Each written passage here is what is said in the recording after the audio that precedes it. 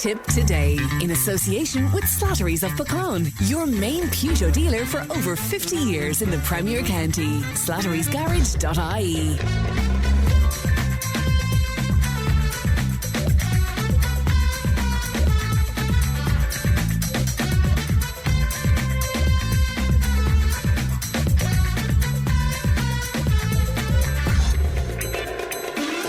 Good morning, welcome along to Tipp today. 1800 938 007, our free phone number. It won't cost you to make a call, and Leanne is producing today. Coming up on the show this morning, Johnny Luby with me live in studio, and we'll have a chat in just a few moments' time.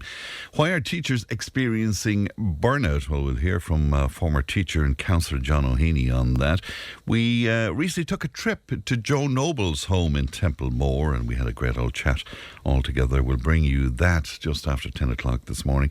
Preparations underway for the Clonmel Christmas Fair. We'll chat to some of the TY students involved. And our Friday panel will unpack the hot topics of the week. So all of that and more on the way. We have another €50 voucher to give away, by the way, from Mr. Menswear, located on Friar Street in Cashel and Abbey Street in Cairn. We'll tell you how you can win that in just a little while. You can text and WhatsApp 083 311 3311. You can email tiptoday@tippfm.com.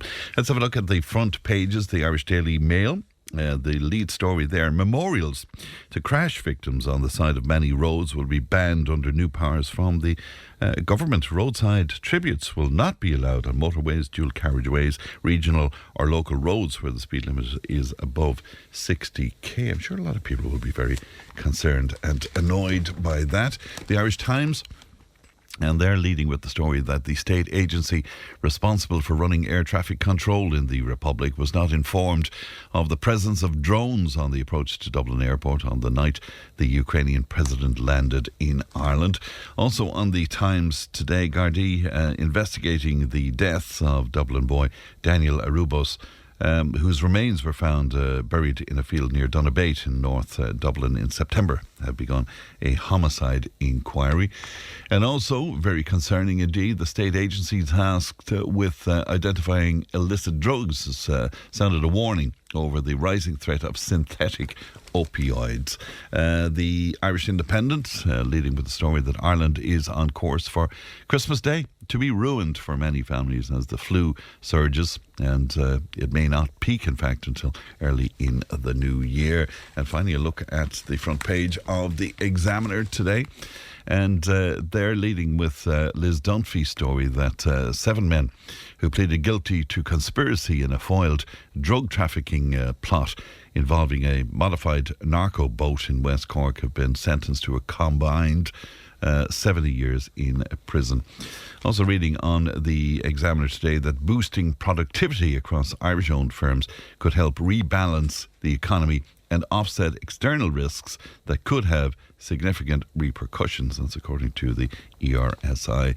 And finally, on the Examiner today, it would be a serious breach of trust if Fianna Fáil TDs and senators were asked to vote for Jim Gavin, while senior members of the party had been told he had issues, in fact, with a tenant. A senior party figure has said the Fianna Fáil MEP Billy Kelleher, beaten of course in a vote for the party's nomination to run in the presidential election, said it would be deeply worrying if senior party figures did not disclose they were aware of Jim Gavin's issue with a tenant in advance of the vote on the presidential candidate. Let's look at what's making headlines.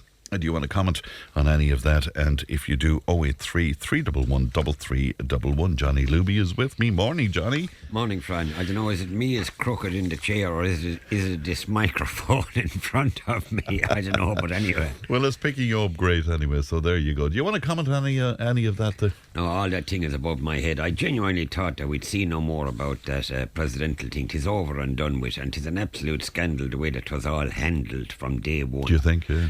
Jim Gavin, mother of God, they only parachuted him in there, like Billy Kelleher and your man below in Kerry there, Sean Kelly. I mean, like, you know, Sean Kelly, great guy. Yeah. You know, well known. Ireland is a GA country, really, and well known throughout the land. No, they had to parachute somebody in then from down from the north, whatever her name was, and her big claim to fame was that she drove a tractor and milked cows by hand. Is Heather Humphreys? Yeah. I mean, Mother of God above tonight. Look, anyway, all right. Well, we're still awaiting that report from Fianna Fáil on the whole debacle. So that'll cost a fortune as usual. You got the Harty Cup book. You were mentioned in dispatches the other day when we were talking about this, and you were at the launch in the Horse and Jockey. That's right, yeah, Fran. There was a fine crowd there, you know, and to me, because I have a huge interest in the game of hurling, it's a tremendous book to read through, like from 1918 up to 2025. And you see the likes of Rockwell College there doing, was it 3 or 4 in a row back in the 1930s, and we had a man there from Golden, Willie O'Donnell, who was a teacher afterwards in Anacarty. In Anacarty, the master, as they used to call him. That's right, yeah. And he was on the Anacarty team that won the county final, dare I say, against Mycarkey in 1943. So even though he was a golden man, he had transferred over to Anacarty and he won a couple of All-Irelands and he refereed a couple of All-Irelands. That was back in the day.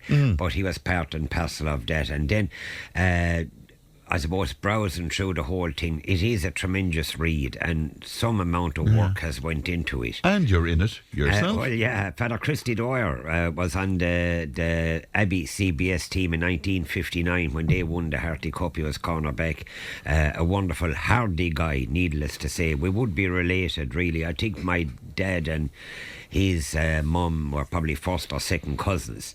One day we were playing the Tracys, and Mother of God above tonight, he pulled on the first ball, and I said it was only about leaving the opposition's hurley from way up the field, and he was pulling. And I said to him, obviously, I said, cousins don't matter here. But a fine now scouting. He had great memories. And then they had Sean O'Heney and a couple of lads on from Limerick and Cllr there as well. And it was all reminiscing back about the Harty Cup and what it means. It is the blue ribbon of Irish colleges hurling. Regretfully in Leinster they cannot play in that Munster Harty Cup. When we were beaten in the final in 73, of course I really, it was brilliant to play in Harty Cup. It's an honour to play in the Harty Cup, and I like to be captain of Cashel CBS. They'd only 120 odd in the whole school, and we had to go down to maybe third year for a player, and that was Per Fitzell, and what a good one he was. And then we had John Grogan. He was part and parcel. He won Cork County things, and that Tommy would have been on it, they tell me, only that he had an interest in a girl. And I think I know that girl. And the Christian brother Malone, unless he dropped her, but he didn't. He held on to her. And but Tommy was a fine hurler, and I thought should have been on at least on the panel. That's only my opinion. But we had Jerome White and those guys. Like we'd a fine bloody team, you know. Great characters too, all of them. Oh, great characters. Yeah, Mo Murphy in goal, you know. And that.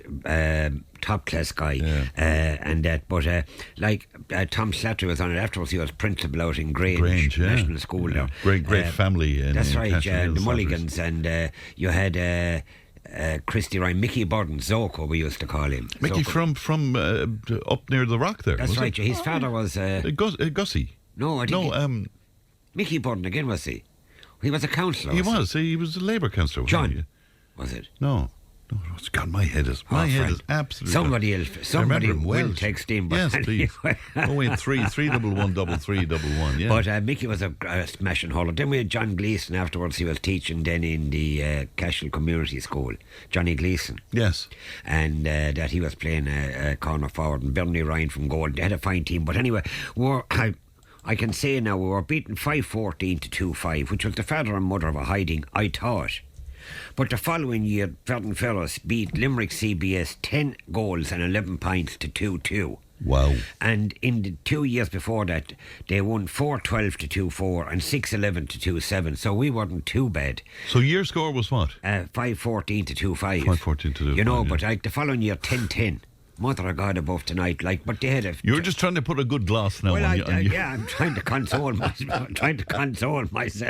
That, you know... So the book is available, it's out there now. It is, yeah. And there was a fine crowd there, as I said, at it, and that some researchers went into it. You know, all the semi-finals are covered at, and Temple Moore's first one, I think, was in 1979 with Bobby Ryan and Martin Burke and all the lads involved. And then you had Nina CBS winning it there a couple of years ago, and then you had the big game between Cashel Community School and Tullis CBS, which brought a record crowd to Semple Stadium in Tullis for that final, which Cashel won. And then, of course, you had Tullis CBS last year winning the Harty Cup and then going on to win the Irish And you see, I understood over the years it was only a Christian Brothers school competition, but it really wasn't. It was broader than that. Oh, broader than that, you see. Like we'll say, Rockwell College outside, and that you had every kind of a team that was good enough. Secondary if they thought schools, they were good enough to go into it, you know, and looked, it was brilliant. Like John Maloney, the Lord of Muslim, refereed 8 Harty Cup finals. Georgie Ryan from Lettencullen refereed 4 or 5 All-Ireland or Munster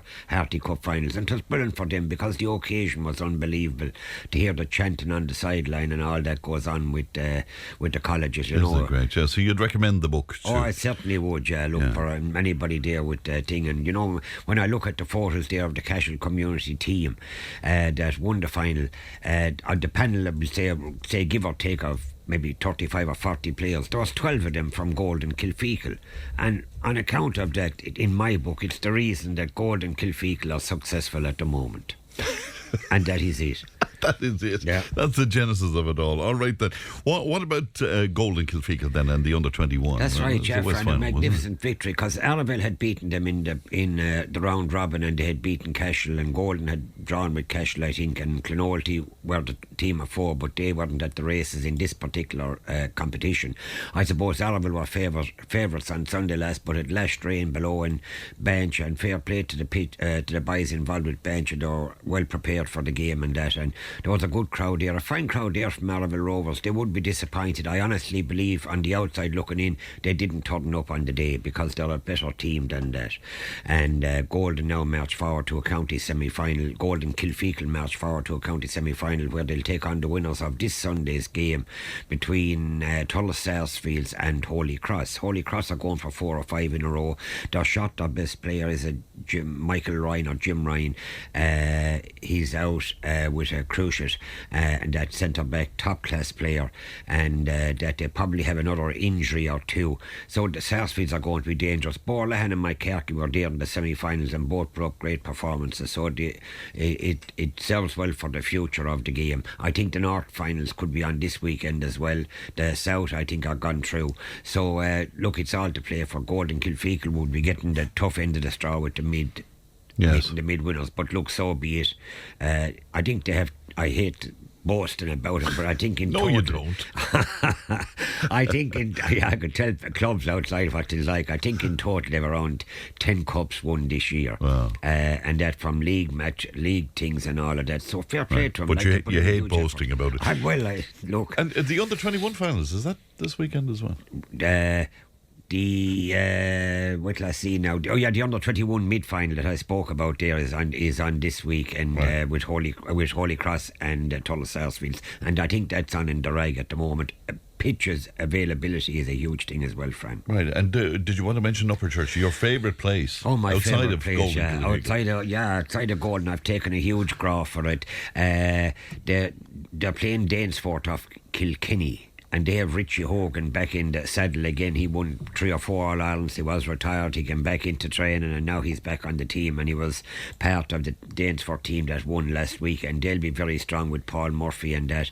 But by a strange coincidence, there's 4 teams left. Danesfort, the North the Kilkenny champions, then you have the North champions, then you have Tipperary champions, Upperchurch, and then you have some team from Connacht, whatever team is there from Connacht. But 3 of the teams have the very same coloured jerseys. Gosh. So the first So team what happens in that case then? Well, Upperchurch and Danesfort, they won the toss, retained their home jersey. Right. So Upperchurch have won the toss. That's the easiest part of it. They now have to win the bloody match.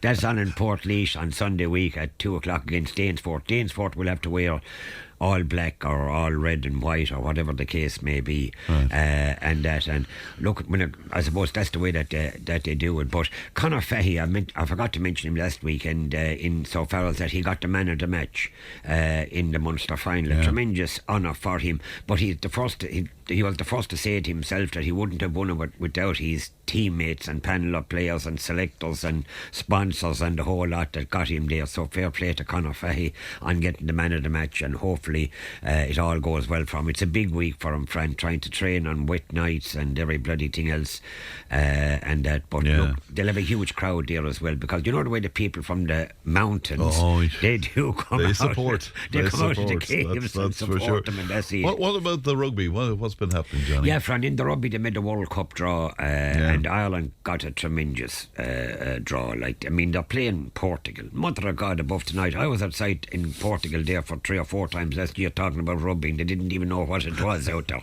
Now, the second team, Ireland, they played Portugal in a challenge game and they bet him 108 points to nil. Oh, stop. So now what will the first second team do? That was Ireland's second team, so that was on with Paul O'Connell and them in charge. Yeah. But there's some other crowd there as well. They won't be at the races. They'll probably, Scotland are probably the only ones that might hopefully maybe give them a game. Then Ireland are in a World Cup quarter-final, which they have never gone past before.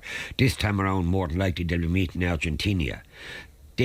Argentina beat them there 7 or 8 years ago in a World Cup quarter-final. So look, it's all to play for, and they got a great draw. And Leinster and Ulster? Leinster and Ulster had 2 wins last weekend, and Connacht got beaten after leading 21-0. They thrown away the game. Munster, I'm very disappointed with him against Bat, although I thought JJ Hanrahan, who went to school in Rockwell College outside and done his 4 or 5 years there, I thought he had a fine game at out half, considering he was drafted in at the last couple of minutes.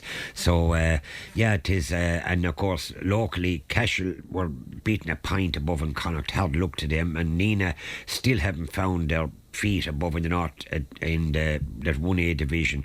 Clonmel had a good win against I think it was Middleton or Bruff, and they're top of the league. But I suppose, Fran, the likes of Nina and them and Cashel, when you're playing teams that can bring back players who are academy players. So if you're an academy player, you're a young fella gone into the academy, they want to give you a bit of experience about rugby games and that. So they're actually on pay. Some kind of pay. Yeah. So is it right that a paid player is on the same field as amateurs? I don't know. Answer your own question, is it fair? I don't think it is. Yeah. I don't think it is. I asked them, I went down myself to a Munster branch meeting and asked them, they said, where did that happen? Well, I said, Gerard at the time was playing with Bruff. I said, Bruff played some other crowd, mentioned the name, and I said, young man, I said, paid international. Oh, but he was injured coming back. But I said, he's still paid. He got paid when he was out sick, I said. Now he's getting paid to play rugby. I said, it's not right. But anyway, I got no hearing. All right, I'm hearing that the county final under 21A is on this Sunday, and the best luck to Silver Mines. That's probably the B hurling final that's on. But Silver Mines under 21A, yeah. Oh, well, going on down the 21A, we won't be out. Okay. We won't be out for at least a fortnight. We'll say. Okay. Well, we'll double check that. And Silver Mines, mentioning them, they won the county junior B. They beat Tullis Sarsfield's Lar Corbett's team. Lar was back playing again. So wow, fair play. And of course, you've Munster and Gloucester. That's on tomorrow evening in Parky. Super Value is Parky Queeve. Super Value at Parky Queeve. It's a sellout. Yeah. Yeah. You know, and the local rugby choir is appearing at it tomorrow. That's right, and sympathies to Tony Lowry and his brother Edmund and Tig Murphy, who last weekend went to Bat to watch Munster getting the father and mother were hiding, and Dad texted the father at half time. He says, for God's sake, Dad, he says, will you go to the nearest pub? I love it. You wanted to mention Ray Burke as well, didn't you? That's right, yeah. Ray Burke there, a young fella from Clnr Clonmel, is involved at Gonzaga College in Dublin. They're a big rugby school, and was involved with him when they won the Leinster Junior League yesterday for the first time, the final of it in 21 years. So they'll be a team to watch. Any of the teams that win the leagues, they're always be fair in the championship, and the best of luck to Ray and all the lads up there in that particular school. Right. Horse racing tomorrow week in Tullis. Yeah. It's the only race meeting in Ireland on this. That's tomorrow week now, Saturday the 20th, and there's no racing then until Stevens' Day and the 2 or 3 days afterwards between Leopardstown and Limerick. They're the meetings that are on then. But Tullis is the place to go to on Saturday week. Get your ticket online or offline, and get your ticket some way and get in there, because they have tremendous facilities. It'll be a wonderful atmosphere and the crack and everything else, and you can look out at the Devil's Bit and see as Santa Claus is he on the way from the Devil's Bit. So it's a great place to go to. Absolutely brilliant. Did you pick up a cheque from the raceway? That's right, Jeff, and I went there last Saturday evening there around 4 o'clock, and I met the lads there from that run a great competition there every 4 or 5, 6 times a year there in the raceway in Rose Green, and they had texted you in last Friday above in Nina to say that there was €500 for my favourite charity, and of course that was Skull Cormac in Cashel. I collected it and delivered it yesterday, and they were absolutely thrilled. I told them just send on a receipt or whatever, and the usual. That's great, isn't it? Well, fair play to them, and God bless their generosity and all of that. Now, our mutual friend, the great Albert Purcell, was on to us. Will you mention what's happening there? Fran, they had a huge day up there as well. They've been doing it for a long number of years. The Nina Lights Sunday, the Christmas tractors in Nina hosted by the agricultural contractors. They've raised over 200,000 in 7 years. It's absolutely brilliant. This year it's Billy Golding and the Nina Daycare Centre who are who will benefit from this tractor run. It's one of the biggest around. It always makes the RTE news, and you have the Disney characters, you have the free Polar Express train, which I was on there, was it last year? I had the conductor's hat on me on the back, and I did say to Albert Purcell, hey, I said, I bloodied if somebody wants to go, he said it's free, so I said free travel the whole lot, so I said, look, that's fantastic. Fair play to them. And, if you can't make it long and if people want to donate, there's an iDonate.ie. If you go onto that there, you'll see the tractor run. And they have tractor hats and jackets for sale in the tractor shop on Pier Street. They have festive fun fair all starting around 1 o'clock, so hopefully I see Eamon Gaynor, and that is getting his he's a brother-in-law now of Liam Cahill's. Yes. He's getting his tractor ready. Friend, they give maybe 3 solid days. Oh my God, the work they put into unbelievable, but anyway, fair play to them. Look, and it is brilliant. And then of course after the raceway on last Saturday evening, I went to Cllr to say thanks to the Douala ploughing lads, the way that they got the tractor run ready. The biggest ever. Matty McGrath was there and said it was the biggest he has seen, with lorries, cars, tractors and the whole lot, and I just wanted to say a sincere thanks to all the lads for raising funds again for Skull Cormac, but to say a special thanks to the helpers who are there in their visibility jackets and the whole lot, and a big thanks to the Gardaí who organised it perfect. They drove from the Mart back up the road, back up the old Cork Road and in by the town above, and hooters going and youngsters there with stars in their eyes watching it. Frank, was unbelievable. That's brilliant. Will you say hello to Raymond O'Sullivan, because this is a text that Andrew got in earlier on. Raymond is from Mullinahone, long time listener to the show, but a big fan of yours. And it said here, if Johnny said Happy Christmas, it would make his day, or indeed his year. Yeah, so. Well, I'll tell you, Raymond, a very happy Christmas to yourself and health for the new year that's to come, 2026. I'll keep this note here, because when I do get down to Mullinahone, Mullinahone was the first place, Fran, when COVID was lifted, that a fella could go. When I said to the driver, we'll hit from Mullinahone. I think McInerney's have the pub down there. It's a wonderful setup. But that's Isn't it? But of course, then we got lost coming into, is he a councillor, Fitzgerald, into the thatch. Into the thatch, of course he is. And then we got locked rightly. Well, I did. The driver kept going. But in Burke's in Feddart and then on to Danzy's in Rose Green. But mentioning Burke's in Feddart, the ladies' football in Feddart, they have Split the pot. Yeah. That's right, yeah, Fran. On Sunday evening at 9:30, 'tis in Burke's, where normally the 50-50 goes to the, we'll just say in this particular instance, would go to the Fed Up ladies, and if I won it, then the other 50% goes to myself. In this particular instance, it will go to whoever's name comes out of the hat, but the other 50% is going to the Dylan Quirk Foundation, which is an absolutely fantastic gesture from them. They also have a raffle of a Tipperary jersey, which goes on again, and tickets are €2 each and 3 for a fiver and all of I that. know you want to pass on condolences to a wonderful Cashel family. That's right, yeah, Fran. To the Carey family on the death of Jerry, who was living in Tipp Town but was one of the members of one of the oldest families that I have known around. You had Monto Carey, Albert Carey, Dan, and that, and Albert was a great. Albert himself, I met Albert at the funeral, and of course Michael Murphy, they're all first cousins and that. But Albert, the brother, and I shook hands with Albert, and that we went back reminiscing. And Albert is a great man to do poetry and all that thing. Yeah. And he does the train leaving Goals Cross. Now this is going back 50 bloody years. And when I was sympathising with him, I just said to him, "Did the train leave Goals Cross?" Well, he got a fish left. And of course, then Cashel do support their own well. So I met Seamus Foley and Paddy Cahill. Oh, God almighty. They told me all the lads were out in force. Oh, they were out in force, but of course they called in to support their own Mr. Trevor in Sir Olds in Thomastown, you know. But if you'll pardon my use of the English language, I just said to Foley, Fowley they called it really in Cashel. Did you know Fran Curry? The greatest whore, he said, of all times. And very accurate. And didn't spare the truth. But of course the Borlehan Duella have their big draw in January, where tickets €20 each, 3 for 50. They're selling like hot buns. I met Lacey the other day, and of course I'd throw in the 50. He wouldn't take 20. He wouldn't take 20? No, I was giving him a check. He wouldn't take that either.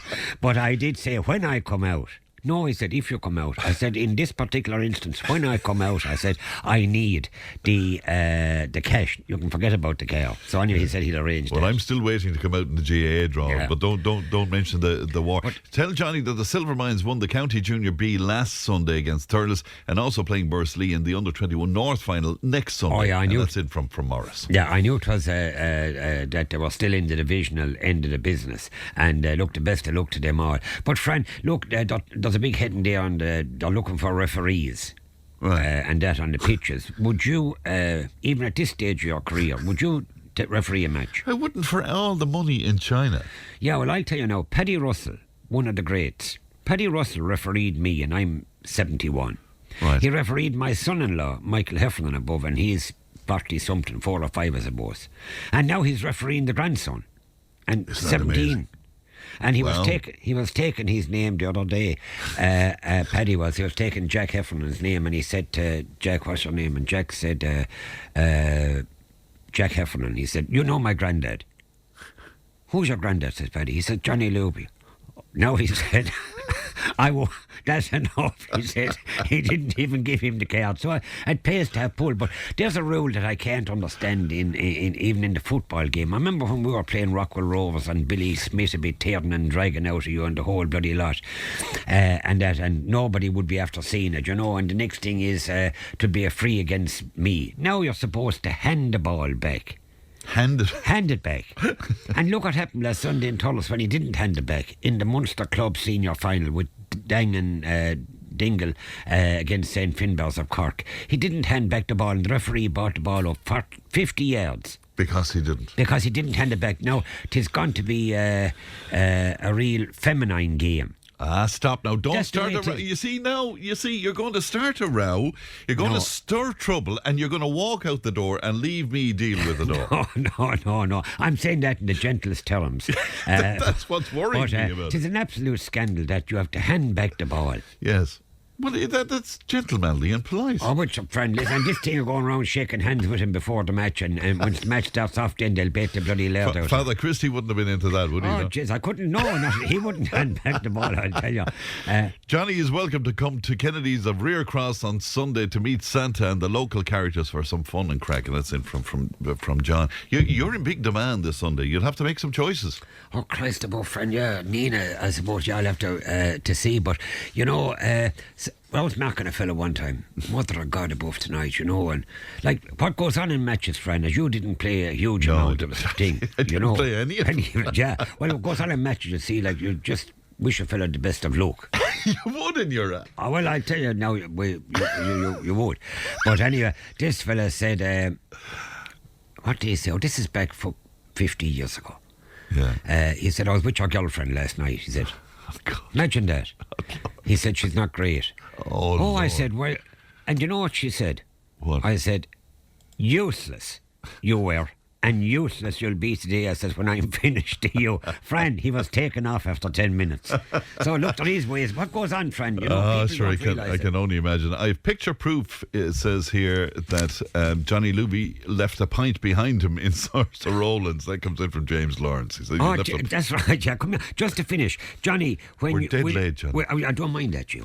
Will you wish Noel Brown, Haywood Heights, a happy birthday on Sunday from Richie, Esther and all his friends in Fennessy's Hotel in Clonmel? Thanks, Johnny. And that letter came to Johnny Luby, the Fippany Road. Anyway, hey, don't forget to give your postman a few bob. I gives him an extra few bob to stay away from the place. Anyway, Fran, what is 34, right? Great to see you, Johnny. Thanks very much indeed. The great Johnny Luby live with us this morning. We'll take a break, back in a moment.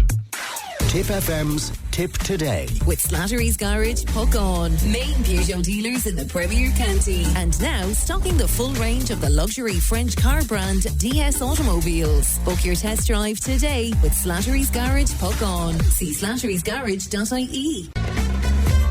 If it matters to you, it matters to us. Call Tipp today on 1800 938 007. And you're very welcome back to Tipp Today. The guards, the HSE, the farmers, the construction workers, lorry drivers all feel so sorry about the workload of teachers, is one of our listeners who's particularly sarcastic this morning. Thank you for that. A lot coming in, sort of variations of that as well. You see, it's the holidays. It's the holidays that everybody gets sort of jealous about. Councillor Ian Brown was on to say that this coming Sunday in Cashel, we're asking people if they want to come to the town Christmas tree on the plaza and place a decoration or a bauble or a ribbon or anything they wish onto the tree in remembrance of people who have passed, or indeed people who are away from home this Christmas. It's between 3 and 4 on this coming Sunday on the Cashel Plaza. I think that's a gorgeous idea. It's organised by Cllr in Cashel. And I was saying, if you want me to give a mention to what's happening entertainment-wise around the county, there's no problem. And we're hearing from our good friends who look after the social dancing in Ballingarry in North Tipperary. Tomorrow night, Saturday, music by Declan Ainger. And Declan's a marvellous musician indeed, so it should be a great night out indeed. Our good friend Liam on to say, as people keep contacting me, Fran, will you please say that those interested in beekeeping and the beekeeping course, the contact is South Tipperary Bees, Mick McGrath, or if up Templemore Way, it's North Tipperary Bees and Martina Marr there. It seems like it may be a good Christmas present, says Liam to us. I'm also hearing about Kennedy's of Rear Cross. Yeah, we mentioned that earlier on. In fact, this coming Sunday, opportunity to meet Santa and all the local characters will be there, and there should be some great fun happening. All right, news and information is coming up. Tipp FM's Tipp Today. With Slattery's Garage, Puck On. Main Peugeot dealers in the Premier County. And now stocking the full range of the luxury French car brand DS Automobiles. Book your test drive today with Slattery's Garage, Puck On. See slatterysgarage.ie. Tipp FM's Tipp Today. With Slattery's Garage, Puck On. It's time to change. Test drive the award-winning range of Peugeot hybrids and fully electric vehicles at Slattery's Garage today. See slatterysgarage.ie. Jamie was on to tell me that my young friend Paddy Coffey and his dad playing in Laura tonight for social dancing. By the way, just a couple of weeks ago, people were giving out, you didn't mention such and such a place, you didn't mention social dancing here and there and everywhere. If you don't text me in to tell me who's playing, I won't know. So if you want to let me know, I'm more than happy at any time to read out what's happening. in entertainment around the county. Now, almost half of teachers who report experiencing burnout cite unrealistic parental expectations as contributing factor to their experience of burnout. That's according to new research from DCU's Centre for Collaborative Research across teacher education. Former teacher and counsellor John O'Heney is with me now. Good morning to you, John. Good morning, Fran. Thank you for having me on this morning. You're welcome. Good. So you're troubled by these findings. And you're saying that the level of stress and burnout reported, they're not just statistics, that there are people behind these numbers. Yes, I suppose, look, this is something I've been aware of for quite a while, but now that there's a report and actual facts to back them up, it's quite worrying about the level of teacher burnout and the workload pressures that those in our education sector are experiencing.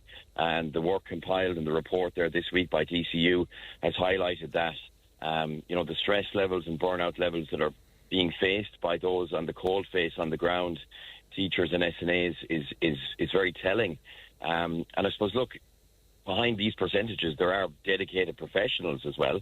And currently, the education system is on teetering on the brink of unsustainability, both professionally and personally for those that are involved with it. Teaching, I suppose, it should be a rewarding career. And a lot of people will look at teaching as being, an enviable job with the time they have off and the actual day that they do. But on the coalface of it, it's become a very demanding career. There's been a lot of curriculum changes in the last 10 years. There's an awful lot of administration work. Teachers are totally overburdened by paperwork now, instead of focusing on the task of actually teaching the child under their care. So it's quite worrying that these statistics are being highlighted. Yeah, and the parental aspect of it is very interesting as well. And I was kind of shocked by it, John, to be honest with you. The demands for teachers to be contactable outside of school hours, for example, requesting additional notes and resources from class teachers as well, and disagreeing with the feedback that they're getting, that teachers are giving as well. I mean, it's tough, isn't it? That sort of access. Yes, it is. I suppose, look, there's very blurred lines now between when a teacher's day ends and when it begins again, because, you might meet your local teacher out in the community and you might want to raise an issue with them regarding your child, where, instead of maybe booking in a meeting to the school and meeting them during their working day. So it's become very troublesome for teachers to try and have a personal life outside of teaching, particularly if you're teaching within your own area or your own community. It can be quite difficult. And most teachers are very accommodating and they will speak to you, but it can add to the stresses and strains that they're facing. And I suppose particularly in secondary school students who are facing exam pressures, that parents will be constantly onto the teachers looking for extra notes and extra help, or why did they not do well in this exam. And a lot of that takes place outside of school hours because normally the parents are working themselves. So it's, they can't contact the teacher during the working day. So it's becoming, the parental influence on all of this is becoming very, very difficult for the teachers to manage and to negotiate through, I suppose. Yeah, and there's there's lots of interesting stats in it, but one is that 28% of teachers who got involved in the report rated their mental health as poor or very poor. 28%. That's more than a quarter of them. Yes, it's very troublesome, and I do see it on the coalface. I spent 9 years as a primary school teacher before I made the leap to become a public representative. So I went from, went from one difficult situation into maybe another one. But I have a unique perspective on this, I suppose, and I do have a huge interest in the education sector here locally, and I keep my toe in with it, and I've often subbed in schools in the last while just to keep involved in the education sector and to see the initiatives that are, changing and taking place in schools. But I suppose, like, the paperwork levels, the compliance levels, managing new initiatives, this has all been a new burden on top of teachers, as well as trying to teach the student during the day and manage the expectations of the parents. I do think there needs to be a more collaborative approach between the Department of Education and those on the ground. We see there during the week that, the Minister was going to announce sweeping reforms in the assessment of needs process, but the INTO came out and said that they hadn't even been consulted about this. Yeah, that's remarkable, isn't it? They're saying it was a solo run by Norma Foley. Yeah, it was, and we had a list of TDs announcing this as if this was, fantastic news for education and for assessment of needs in the area, but realistically it wasn't, because those that are administrating the workload weren't even consulted about any of this. And the INTO came out with a very strong message, saying that there needs to be a collaborative approach. You can't just roll out major system changes to a sector without consulting those that are actually on the coalface and working. You'd never see it in any other sector, where there's no consultation between those, in management roles in the department and those on the ground working. So, there does need to be. Yeah, we're in a changing Ireland as well, John, and that's reflected in our classrooms. I mean, sometimes, and in some towns, I know, with classes often made up of quite a lot of the pupils that English wouldn't be their first language. So that's an issue as well in terms of teaching. And, while teachers are dealing with that, there's other kids there that maybe want to move on as well. It's very difficult now, isn't it? It is. I suppose in a lot of the larger urban schools here in Tipperary, the class sizes are quite large, and that's putting a massive strain on the teacher and maybe on the SNA in the room. You could have up to 30, 35 students there in front of you every day, and there's an awful lot of different needs within that little group of 30, 35 students. There will be some hugely high-flying academic students there, and then there'll be those from different nationalities, those who English isn't their first language, those who maybe need extra help with different curricular areas like maths or Irish or English, it's a major workload. And though, I'm outside of the teaching bubble now, and I'm working probably a lot longer hours than I was when I was teaching, but it's a different type of stress and strain when you're teaching, because you're constantly turned on, from maybe 8:30 in the morning to 3:30, 4 o'clock in the evening. And with the amount of changes and the amount of different variables now in a classroom, it is causing a lot of stresses on the ground amongst teachers, amongst principals and amongst SNAs. And I'd be fearful of the road that we're going down, that we could end up, there's huge burnout levels in the UK and in the US amongst their teachers, and I wouldn't like to see us follow suit. Well, when you read another stat that 42% indicated that they were unlikely to stay on as teachers, now that's particularly worrying, because you'd be losing the experienced teachers after a period of time. Absolutely, and I suppose in my situation I had to move on because I became a public representative, and it was just not sustainable to be in a classroom 9 to 5 every day.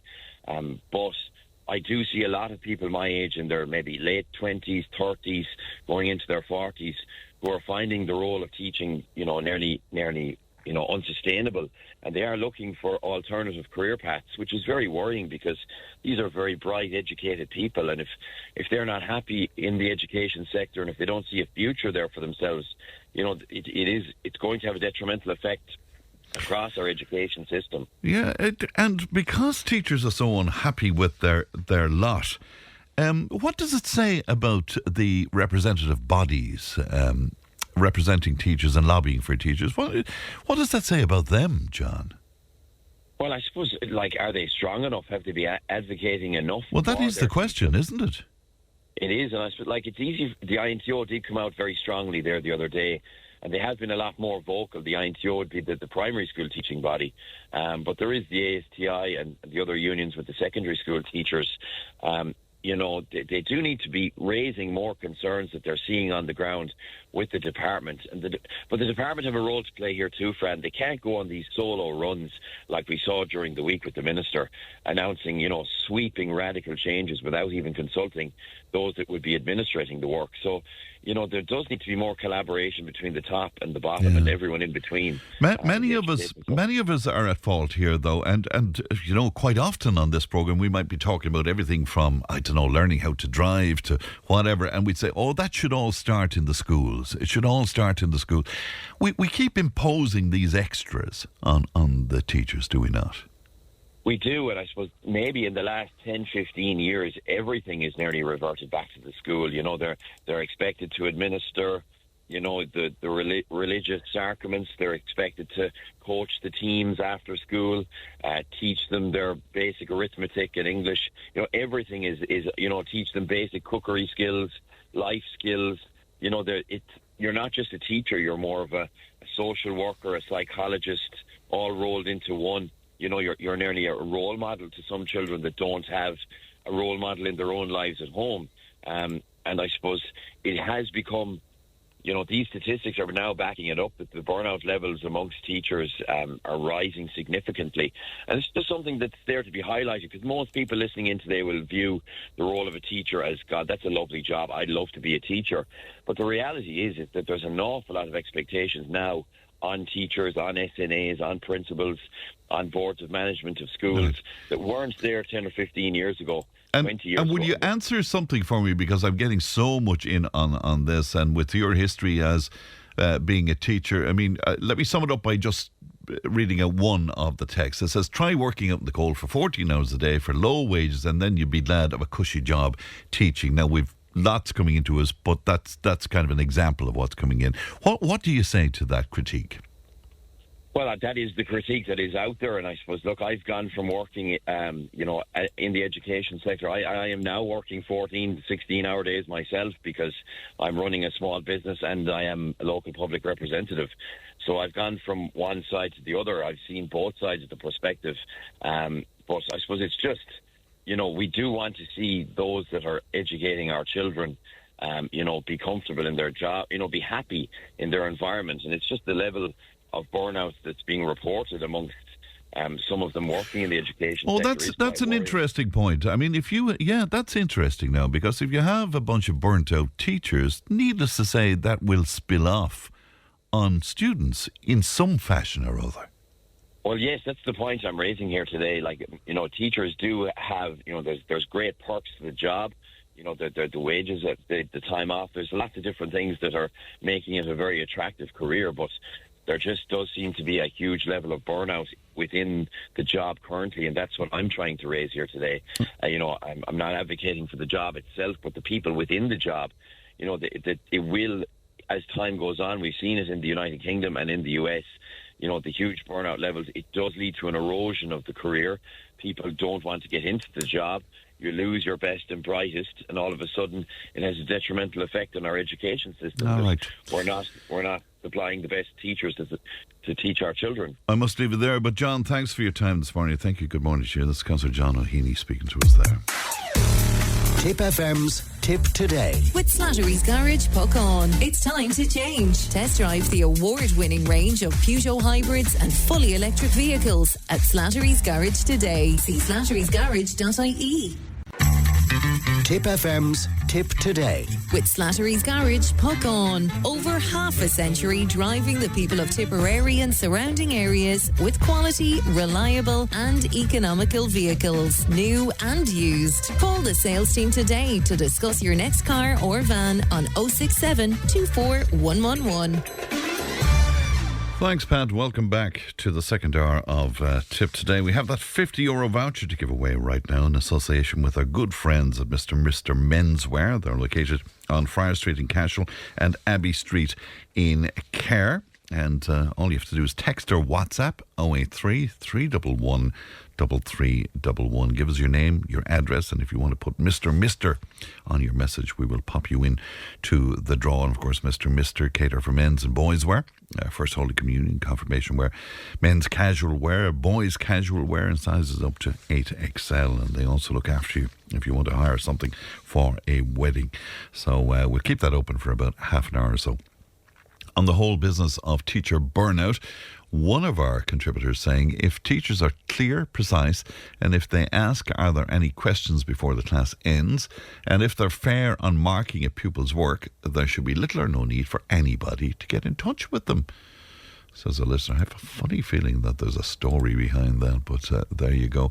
Tom was on to us, a good friend, Tom Carew. Tom says, good morning, Fran. My late brother was a school teacher. And while I never discussed the implications of the job with him, I feel it was less stressful by a long shot back then. So that's in from Tom this morning. Now, Joe Noble has been one of our most popular regular contributors on the show over many years indeed. Now, last week, Leanne and I decided to take her up on an invitation to visit her home in Templemore and to have a chat. Joe, it's great to be here finally in your house. It is, and it is absolutely lovely to have both of you here. It really is. Thanks very much indeed. And Leanne and I were delighted to be here, even though I have to say I'm disappointed. Why? What's wrong with you now? Because the bullocks are missing. The bullocks are missing because you came the wrong time of the year. Well, you'll have to come back when the bullocks are out there, my randy bullocks. I was hoping to look out that window and see the bullocks, because you described it so beautifully in the past, you know. My gay bullocks.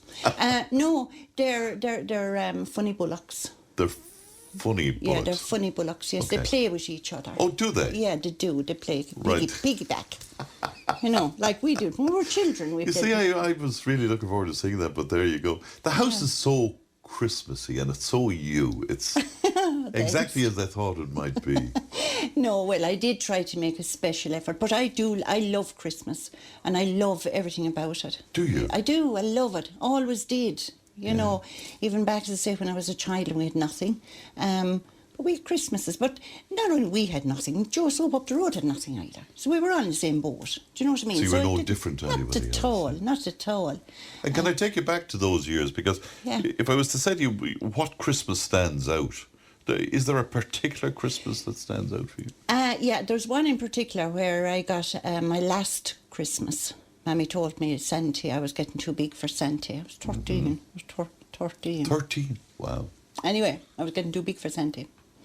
And Santa brought me this lovely big doll. She was like the height of that yoke there with his legs. You put him up and down, that thing there to satisfy. Yes. And Sally, I called my doll. I loved her. She had hair and she had a dress. And normally I used to only get, one little teensy-weensy thing. So Mammy couldn't afford it. But anyway, this doll, I loved her. And then Mammy's cousin came along and she said she hadn't much that day. Or, Santa was a bit... He was a bit mean. Yeah, he was. And Mammy goes, give me that. She says, you're too big for it. And took your doll? Yeah. And then we used to go Boxing Day every Christmas up, and the adults would be all playing cards, and the grandboys just come in to actually where your grandmother lived. That was the house we used to go up to. Was it? Yeah. Tess Ryan's in Ballabeg. Oh, in Ballabeg? She lived up there first, didn't she? And she did, and then she moved into... She swapped with Tess Ryan, a cousin of my mother's, back down to the terrace. Yeah. Yes, because Tess was living down there, and then she swapped with your grandmother amazing, and moved up there. Wow. And we used to be up there every Boxing Day, and the grandboys used to come. Oh, it just be brilliant. The music and the dancing around the kitchen. It was absolutely fantastic, and even though we were only young, but we were still hopping and leaping around the place, and it was lovely. But the first thing I saw was the head of Sally, and that particular Christmas going in, she pulled the head off her. Of the doll? Oh, me doll, yeah. After your mother giving it to her? I know. I'm so grateful. You're still bitter over it. I am, yes. And there's another thing too. Mammy stuffed Totsy up the chimney. Totsy was my teddy. Why did she stuff your teddy up the chimney? I was too big for him too. But I loved Totsy. Totsy came to hospital and everywhere with me, like. He was my cousin. He'd be worth a bloody fortune if you had him now. I'm sure he was my cousin's in England. He owned this teddy donkeys years ago. And when he got too big for it, was passed on to me. Sure, half his fur was gone. He was big baldy and all. But you know the teddies that you can move their arms and you move their legs? Yeah. He was only about that high. She stuffed him up the chimney inside in the parlour. Yeah. And I remember when they sold the house back to the council and they moved down to Littleton, I went over to Crowbar. I tried to get Teddy. Did you? I pushed the chimney to get Teddy. I did. Couldn't get him down. And did you say were you in hospital as a child? I was. I ran into a cement pole. As you do. How? I dread to ask, but how did you end up running I was in school in Littleton. Right. In the new school. I started off in the Muirgheasa Hall, then got transferred up to Durham and that got built. Anyway, I was out playing, and we were playing mother and father kind of housey things, mammy and daddy's. And this girl was the mammy. I won't say her, well, she's passed now anyway, the creator, but anyway. She had a stick, and she was chasing me. And I ran, and you know Littleton School has got the cement poles down in the front part. Another poor chap was coming out through he's still alive, so I won't say his name. He was coming out through the poles as I was galloping in. I hopped off him. He got a big black eye. I hopped off of him and I bounced off of him and I went smack into one of the cement poles. I broke a bone right there. My God. Yeah. Near your eye? Near the temple. They said if it was a fraction farther, I was dead like. Sure, I must have got passed out because I remember waking up and everyone was playing in the yard and then they were all upside down though. And they took me into the teacher and then the teacher took me to the doctor and then he sent me and got taken into hospital. I was moving Richmond in whatchamacallit, in Dublin. Yeah. Were you indeed? Yeah, and your man, and I can remember, my long-term memory is fucking brilliant, Fran. It is, honest to God, it's a short one. But I was up there, right, and he comes in, this doctor and fella, and I remember him saying in front of me, they were going to operate on me, and they said, no, it'd be too big a job. He said, we'd have to cut her from ear to ear. To get to there, like, why couldn't they just go there and fix it? Anyway, so they decided against it. And you know, back then, I was never called back for a checkup or nothing. Are you serious? No, my lads, I tell them, my boys about that, and they all says, now, that explains it, ma'am. Now we know. Now you know. know. And how long did you spend in hospital, Joe? 2 months. When you talk about other Christmases then, oh, maybe yeah, I ones, forgot. I veered off again, didn't I? No, that's not a problem. No, do you know what I used to love? Every Christmas Eve, Mammy's sister-in-law, Daddy's sister, she was sitting down her son on the tractor and trailer, because we had nothing. And I used to be sitting up on the pier at the gate, waiting for Tomas to come in. God, he's gone too. They're all gone. He's come in on the tractor, and he'd have the trailer full of big sacks of spuds, a goose that my aunt would have been fattening up for Mammy. She was sending down everything to us, and you know that was better than Santa. Was it? Oh yeah, because like you know, it was bread and margarine, and sprinkle of sugar for the rest of the year. But it was getting all this stuff coming in, and I used to love. Mammy had this big metal bath. That's what we used. That was a multitask bath, right?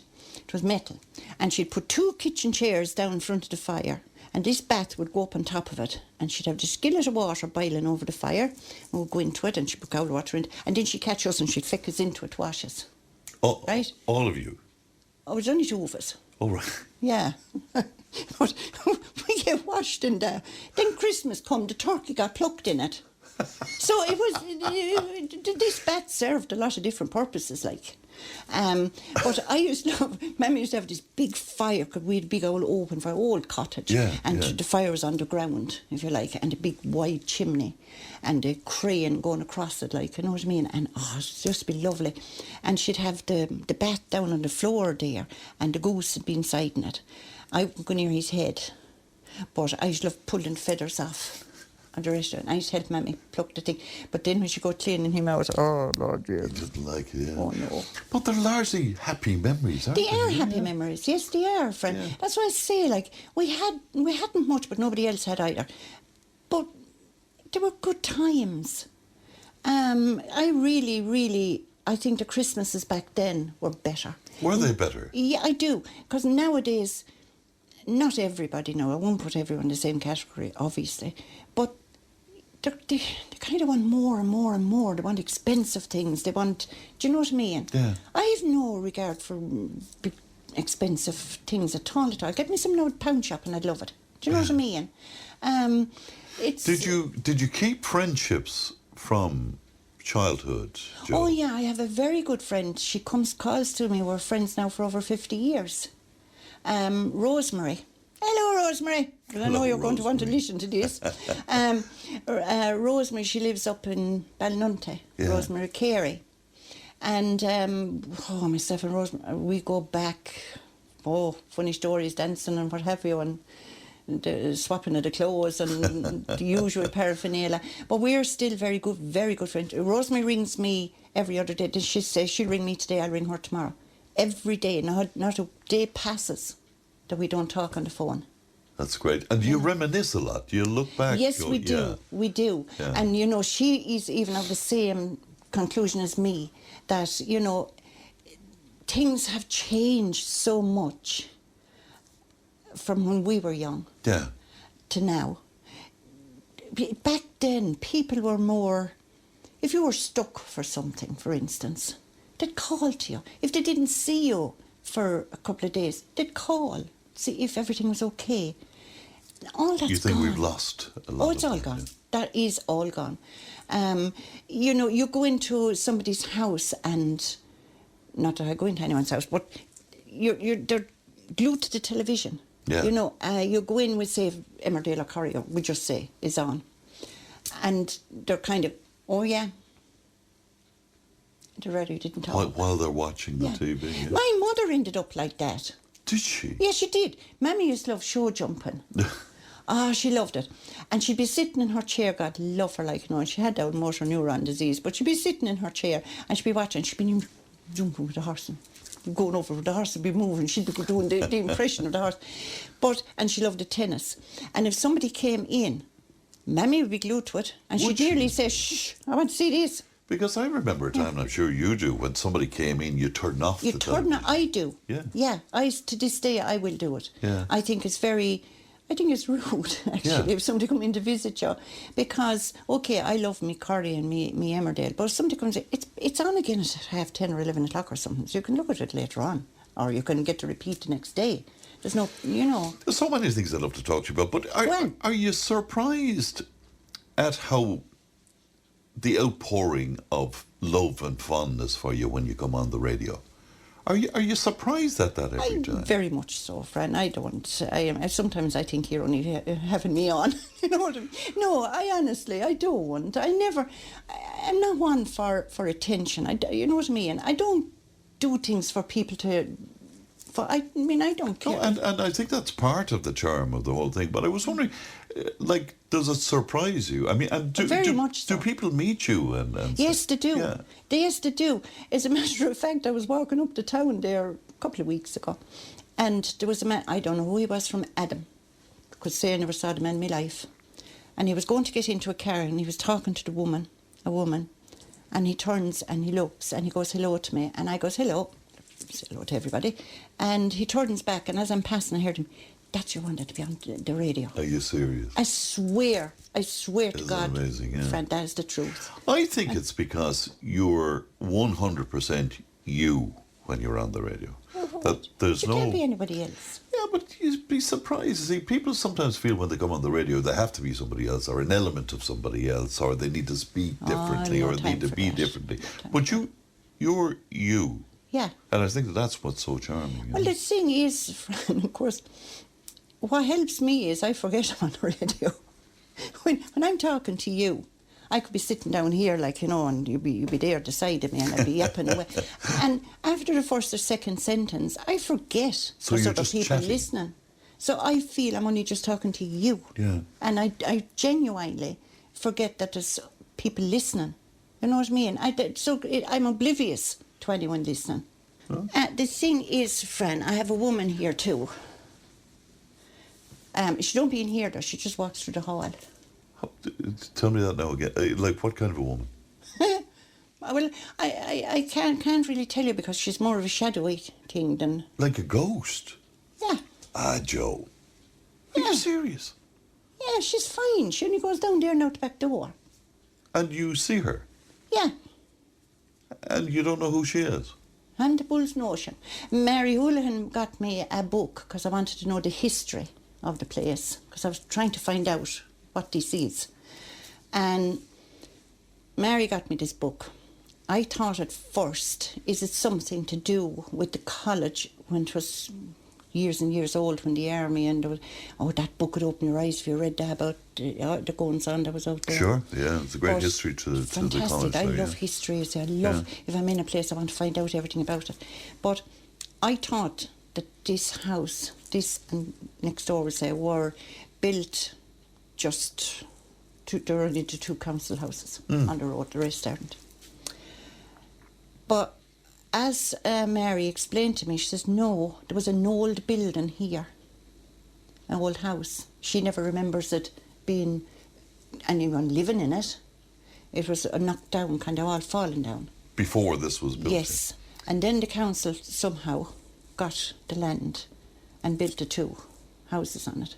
So I'm only assuming, that it could be crater like, no. But you're not frightened by this? No, I'm not frightened of any of those things. Are you not? No. But you're kind of prone to this type of thing, aren't you? Goodies. No, but I mean, you have had experiences Yes, like I have. this, haven't Yeah, you? I have. No, all jokes aside, yes. I don't like talking about it too much because, people that are out there, Fran, and they, and everyone has their own opinion. That's fair enough. But I don't want fun made of it. Yeah, yeah. Do you know what I mean? Because it's very real. Oops.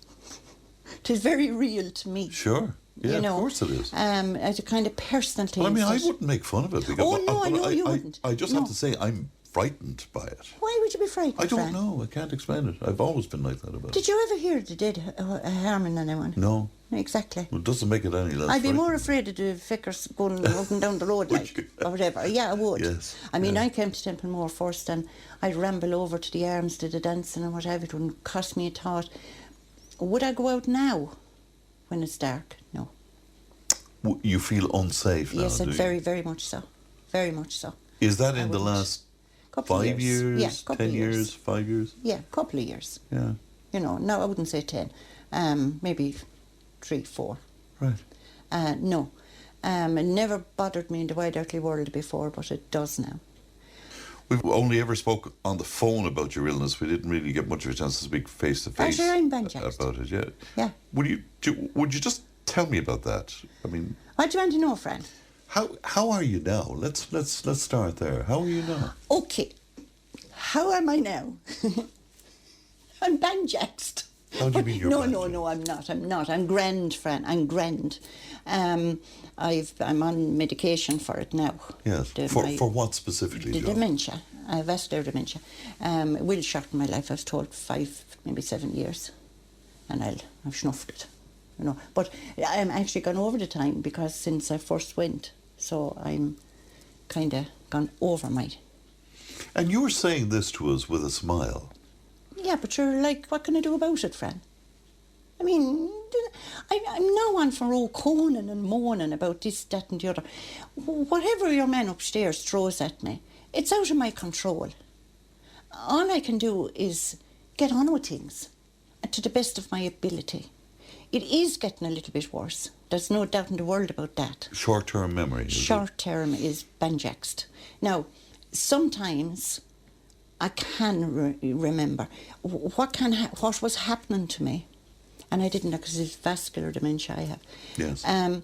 What was happening to me was I could be speaking to you or Leanne, and you might say something as I'm in full flight.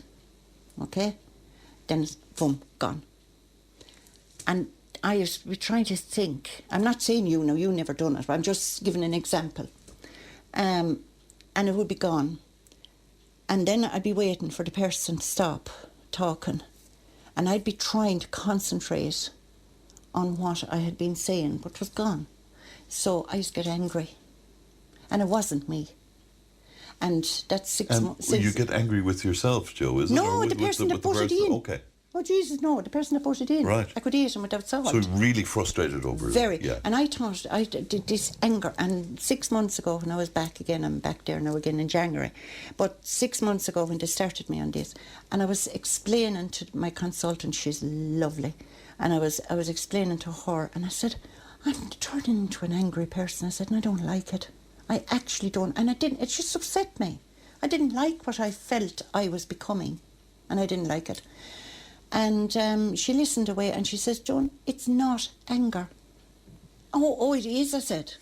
It is. I said, I could devour the person that, butted in on me because she says, no, it's sheer frustration. She says, that is not anger. But they put me on the tablets for dementia now. I'm on them now. Does that help? Oh, it's fine. It's gone. Yeah. You can butt in away now. I won't have to hit off you. No, it do help. And she said it won't bring back my memory as such, but it will slow it all down. Does it give you an insight or a different insight into life, do you think, Joe?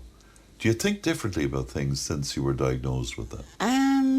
Yeah, I do, I suppose, in a certain way. But the most things I think about, Fran, is I am, and I won't tell a lie, I am concerned. I won't say worried or over anxious, or concerned, might be a better word to use, of the future. In 12 months' time, if you came up to my door, will I remember you? We are looking forward to all the other times we're going to have you on in 2026. Joe, sure. Thanks very much for having us. Thank you. Yeah, but now will you have coffee? Yeah, let's do it, Joe. And we did have coffee and we talked for another hour or more as well. And she scared the wits out of me with more talk about ghosts and the likes. But it was just a beautiful afternoon in Joe's lovely home in Templemore. 1800 938 007. We'll be back in just a moment. Tipp FM's Tipp Today. With Slattery's Garage, puck on. It's time to change. Test drive the award-winning range of Peugeot hybrids and fully electric vehicles at Slattery's Garage today. See slatterysgarage.ie. Tipp FM's Tipp Today. With Slattery's Garage, puck on. Main Peugeot dealers in the Premier County. And now stocking the full range of the luxury French car brand DS automobiles. Book your test drive today with Slattery's Garage, puck on. See slatterysgarage.ie. Welcome back to Tipp Today, 1800 938 007. Huge reaction to that chat with Joe Noble, and we'll reflect some of that a little bit later on in the programme. But to move on, the Kickin' Plaza in Clonmel will once again sparkle with Christmas magic as it hosts the third annual Christmas market this weekend. The event will take place tomorrow, Saturday, December 13th, and this coming Sunday as well, from 11:30 to 4 p.m. each day. Now, I'm delighted to be joined in the studio by the principal of Gael Cholaiste and Raheen College. That's Dominic Walsh is with me, and collectively, I believe, the college, and we'll find out about this as well, as known as a CTI. But I'm also joined by pupils Cillian O Muirgheasa and Sean Doverman is with us as well. You're all extremely welcome, and thanks for coming into us today. Can I go to you first of all, Dominic? I just mentioned there, we're not all aware of the amalgamation of both colleges under CTI. Yeah, so I suppose our school, Fran, the collective name is CTI Clonmel, so that's Central Technical Institute Clonmel, and that consists of two secondary schools, and that's Raheen College and also Gael Cholaiste Dominic. So Raheen College is based on Raheen Road, and Gael Cholaiste Dominic is actually opposite the plaza in the Mall. And Gael Cholaiste is obviously education, all three, yes. Vaughan the Gaeilge, and then the other side of the river we have our all English school. And I'd be the principal of both schools. And teachers go back and forth between both? Teachers will drive across. Wow. Yeah, drive across the road. Share teachers, share facilities, share extracurricular activities. We had our school concert last night. That was in the Mall on the stage, and we were well represented with both schools. So we do absolutely everything together, but two separate buildings, because one cohort do their education, three Gaeilge, and the other cohort do it through English. And it works really well. Yeah, works really, really well. Isn't that fantastic altogether? Tell me about what's happening then on the plaza in Clonmel, particularly where the young people are concerned. Yeah, so I suppose, as you said, Fran, this is the third annual Christmas market, and I know Mayor Pat English is going to be opening it tomorrow morning at 11:30, and I suppose this comes from the TY coordinators within Clonmel. So there's a huge credit owed there to them, because they get all their students within the secondary schools to put up stalls and they sell their goods that they all develop through TY enterprise programs. So hopefully they'll have some pocket money for Christmas now after the weekend. Yes. But it's really, really important for Clonmel, and there'll actually be over 45 stands over the 2 days. So anyone that's driving past over the last couple of days will see that there are huts out. Yes. And the goods will all be sold from there, and also stalls and entertainment and things like that. So look, I suppose on a personal level, someone who's from Clonmel, works in the town, it's great to see events like this happening. And getting the community out in it's a great, and way. of course it gives a real focus to TY as well, doesn't it? Which is so important. Absolutely. What I've always found as a teacher as well, that one of the best ways you can get students involved is when they have the opportunity to make some money. So absolutely. So motivation levels usually go through the roof when there's the opportunity to get some pocket money, as I said. So for sure, indeed. Sean, so will you tell me a little bit about the kind of projects then that the TY students are taking on, and what will be showcased over the weekend? Absolutely, yeah. So I think it's worth to note the markets. They started in a TY class, in the German TY class in the high school. I'm proud to say.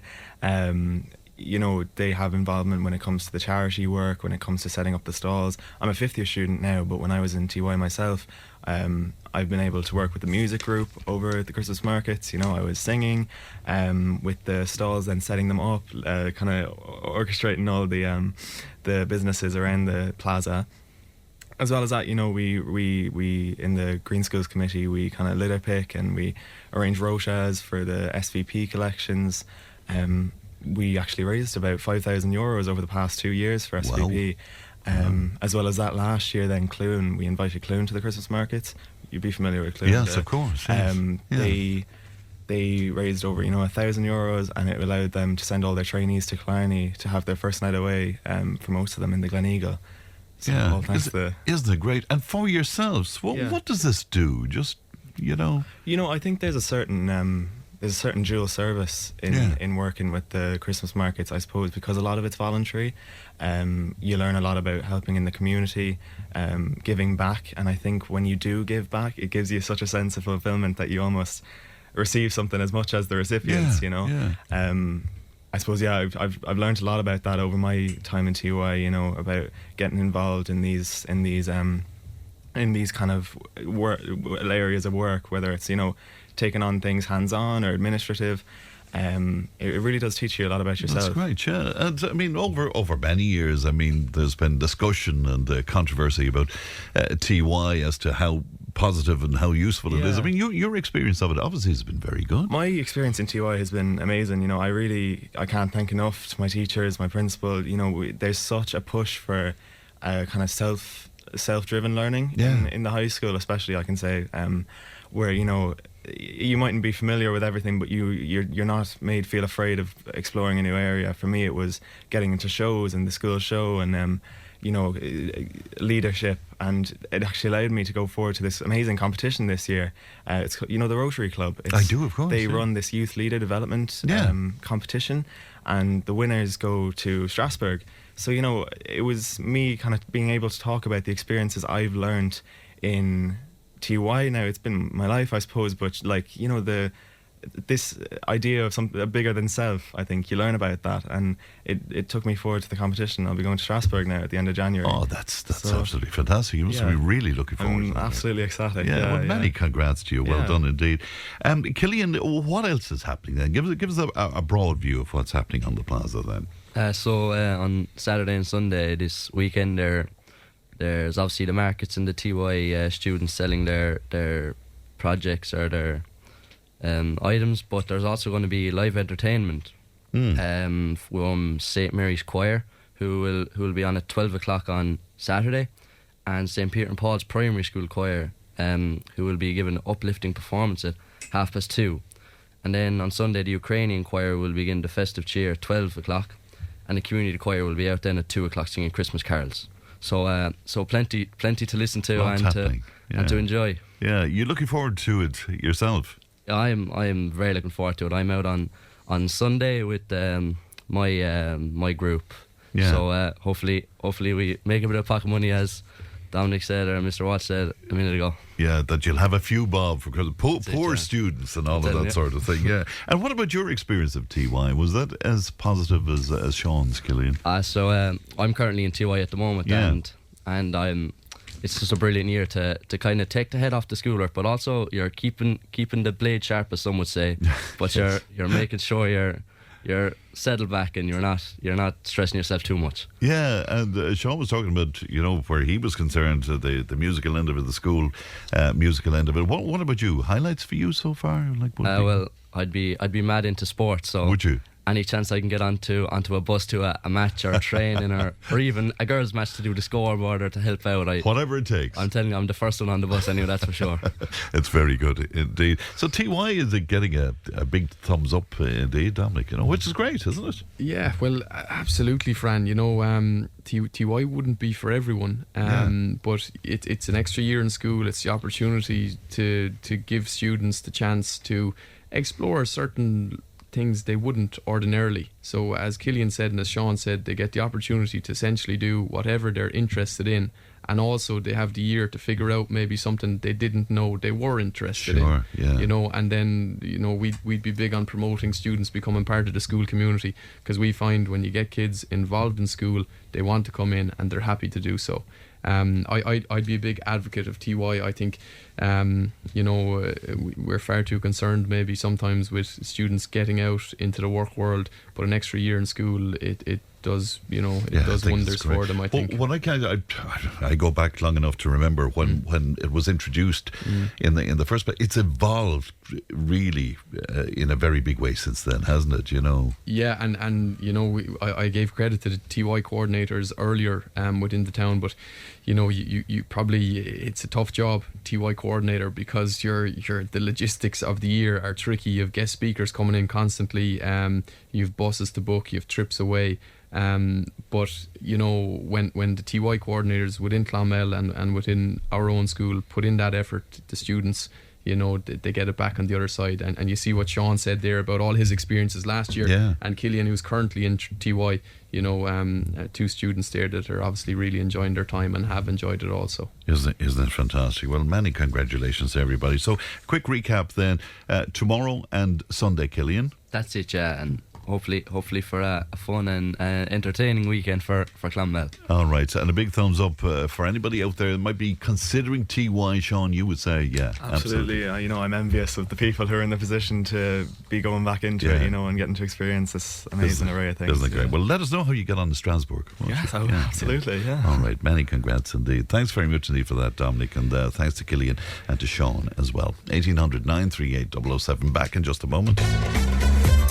If it matters to you, it matters to us. Call Tipp today on 1800 938 007. Join the conversation in Tipperary. Contact us through Facebook, Twitter, or email tipptoday@tippfm.com. Now, my old friend Eamon O'Dwyer is in Nina for this week's Down Your Way, visiting all the great people at Nina Daycare Centre. It's going to be played in its entirety tomorrow morning, needless to say, after the 10 o'clock news. But let's give you a small taste of that right now. We're here in the Daycare Centre in Nina. How are you doing, Blana Young? Blana Young, I'm very well, Eamon. Thanks a million for coming. We're delighted to have you here. It's this great day centre. It's a real pleasure to be here, and indeed looking at all your clients and patients. Yeah, we've a full house today, so we're absolutely delighted. We're a full house of clients today. We take up to 30 clients a day, 5 days a week, Monday to Friday. We're open here at 9 o'clock. We provide a wide range of services here. We have 2 nurses on site that work closely with the GPs, the pharmacies, the public health nurses. I have a great team of staff, really. They go above and beyond for the clients here. So I just go through some of the services that we have available to all the clients in the Nina and surrounding areas, Eamon. We provide a laundry service for clients if they come in. We provide personal care. We have a hairdresser here on site Monday to Friday.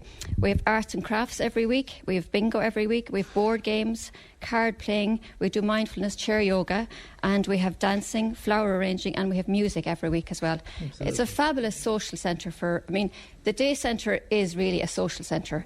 There is the old mindset that the day centre is just for the older people, like from nursing home settings, but this is a social centre. And we would really encourage people to come from all areas of Nenagh to come and join us really in this fabulous centre.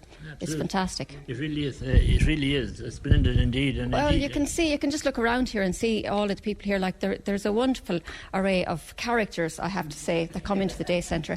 And people that are living on their own aim and that want to come in and meet people and have a chat, and we provide great nutritious meals here as well. So everybody is guaranteed of getting hot dinner. They have breakfast when they come in the mornings, and then we provide dinner for them and desserts as well. And it's a great day for them, and they love the chats. So people from surrounding areas of Nenagh will come and they meet their neighbours, they'll meet their friends, they have a good old chat. So it's a great way to get out of the house, and it eliminates loneliness as well when people are living on their own. It's not, as you say, a nursing home setting. Absolutely not. And I think that's what we really need to get across, that this is a social centre. It's called a daycare centre, but it's a social centre. It's for people to leave the home, come and meet people and just interact and engage with staff and other clients alike. 5 days a week is a lot of organising. It's a really easy, lovely job to do. You couldn't have a nicer job, I have to say that. And the staff would all agree. You couldn't work in a nicer place because there's lovely people coming in. The elderly people, they're just great assets to the community. And it's lovely here, it really is. It's not a hard place to work, it's a lovely place to work. I feel I've won the lotto working here, Eamon. Absolutely. Yeah. So, isn't that very nice, isn't it? Yeah, the other side of it is good every day, Monday, Tuesday. You have different clients every day. Different clients every day. So we have different areas. We have a bus driver who collects clients. He would collect the people from Temple Derry on a Monday. He goes to our Temple Tumivara on a Monday area. He's Portroe on a Tuesday area. Then Temple Derry on a Wednesday area. And Thursday, Friday area. Friday's kind of local people as well. But local people come in here kind of every day if they want to, and the bus only goes to those certain areas, though, on the designated days. So we had the music at the top of the programme. It's a really fabulous group. Luke O'Connor and Tony Sheary, yes, they're always great to entertain the clients. The clients love having music coming in. I have to say we have a wonderful selection of volunteers who come in and play music weekly now, and it's lovely.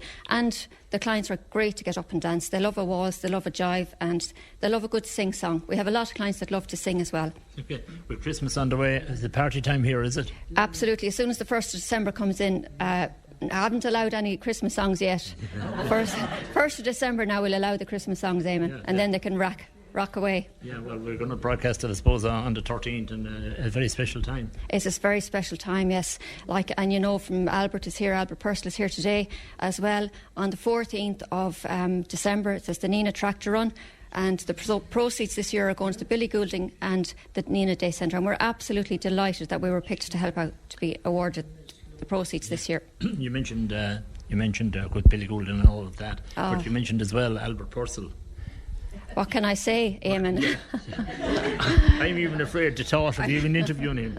I think Albert will talk for himself. There'll be no interviewing Albert. Absolutely. Terrific. Anyway, look, it's really, really a pleasure for Tipp FM to be here, and indeed a great welcome as well. And all of that. Look at you doing fantastic work. It's fantastic work, and long may it last. Yeah. How long is it up and running here? In 1987 it was opened by Sister Brenda, and also the Lions Club were involved in the opening of it as well. So it's open here since 1987, and it's just progressing every year. It's getting bigger, and it's just a fabulous day centre. But there's day centres all over the country, and I just think everybody should come out and use the day centres that are available in every town across the country. They're just fabulous for people to come out. Absolutely, and they look forward to it as well. I'm sure we'll find out all that. You'll find all that. We have some great characters that are willing to talk to you and tell you all about it, Eamon. They'll tell you more than I can tell you. Absolutely. But you enjoy your work? I absolutely love it. I'm nursing now over 30 years. I was in a general hospital for 27 years, and I just decided to make a break and go to something different, and I feel I've landed on my feet. Monday to Friday, what nurse doesn't love Monday to Friday, Eamon? Absolutely. Weekends off. So what's the difference between general nursing and nursing? Well, general nursing is an acute setting where you're dealing with genuinely sick people all the time. This is a community setting, and that's where we realise the people coming in here, they're not patients, they're clients, they're public. So we don't see them as patients, we see them as clients. That's a little piece from this week's Down Your Way programme with Eamon O'Dwyer. It's going out tomorrow morning just after 10 o'clock news, featuring all the gang there from Nenagh Day Centre, and it sounds like a great spot indeed. Now, we have joined forces, as you're aware at this point, with St Vincent de Paul for a Christmas toy appeal, and we're asking you, and you're all so generous to us indeed, but to help make Christmas magical for every child in the county. Now you can drop your new toy, your donation in at the various collection points before next Wednesday the 17th, all right? And I read out lots of them yesterday, but to the Tipp FM studios, needless to say, in Clonmel and Nina, you can drop in there. There's also Sullivan's Food Store in Ardcroney, Ryan Centre in Newport, Maloney's General Store on the main street in Rossgray, Supermax there on the lovely Obama Plaza in Mulligall. To my friends at JKC's Toymaster in Nina, Dove Hill Shopping Centre as well, for those of you down around Carrickashire, as well as Meany's Shoes in Carrickashire, Dolan Super Value and Care, Eli Centra in Clarehan, and lots more indeed. And again, just thank you, because we have quite a lot of donations so far, but you have until next Wednesday to get involved in that for St. Vincent de Paul. News and information is coming up.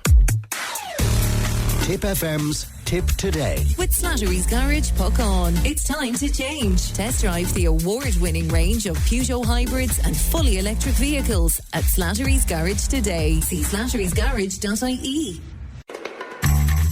Tipp FM's Tipp Today. With Slattery's Garage, puck on. Over half a century driving the people of Tipperary and surrounding areas with quality, reliable and economical vehicles, new and used. Call the sales team today to discuss your next car or van on 067 24 111. Thanks, Pat. Welcome back to the final hour of Tipp Today. Our €50 voucher for Mr. Menswear is going to Alison Butler from Clonmel. Well done to you, Alison, and many congrats, and thanks to our good friends at Mr. Menswear for all of the vouchers over the past few weeks. And of course, Mr.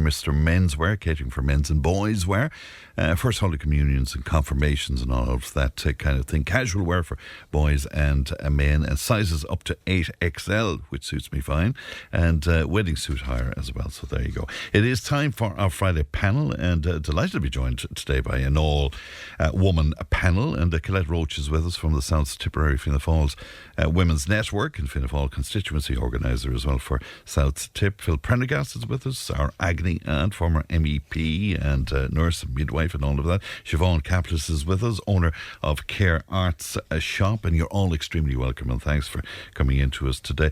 Siobhan, Leanne was telling me you wanted to give a mention to Shop Local. Will we start with that? How important is that for business owners? Vital. Do you think, it is vital for every town. And I'm not just talking about Care or Care Arts or whatever. It's vital for every town. Like, we see the way Clonmel has gone. And like, if people don't buy in their local shops, they will close down. Simple as that. Simple as that. Because we pay our rates. If you're shopping online or you're buying from somebody online, you're not. Those people aren't paying rates. We're paying our insurance, our public liability insurance, all our. We'll turn on the lights every day, the heating every day in the winter. The shops will close if you don't shop local. Now, I love what I do, but in 4.5 years of business, I've given myself a wage of €2,000. Over 4.5 years? Over 4.5 years. What do you possibly do with the money? Oh, I'd go mad, wouldn't I? But no, so it's a labour of love for you, exactly, isn't it? Just to say, shop owners are committed to their business. They're committed to being vital members of the community.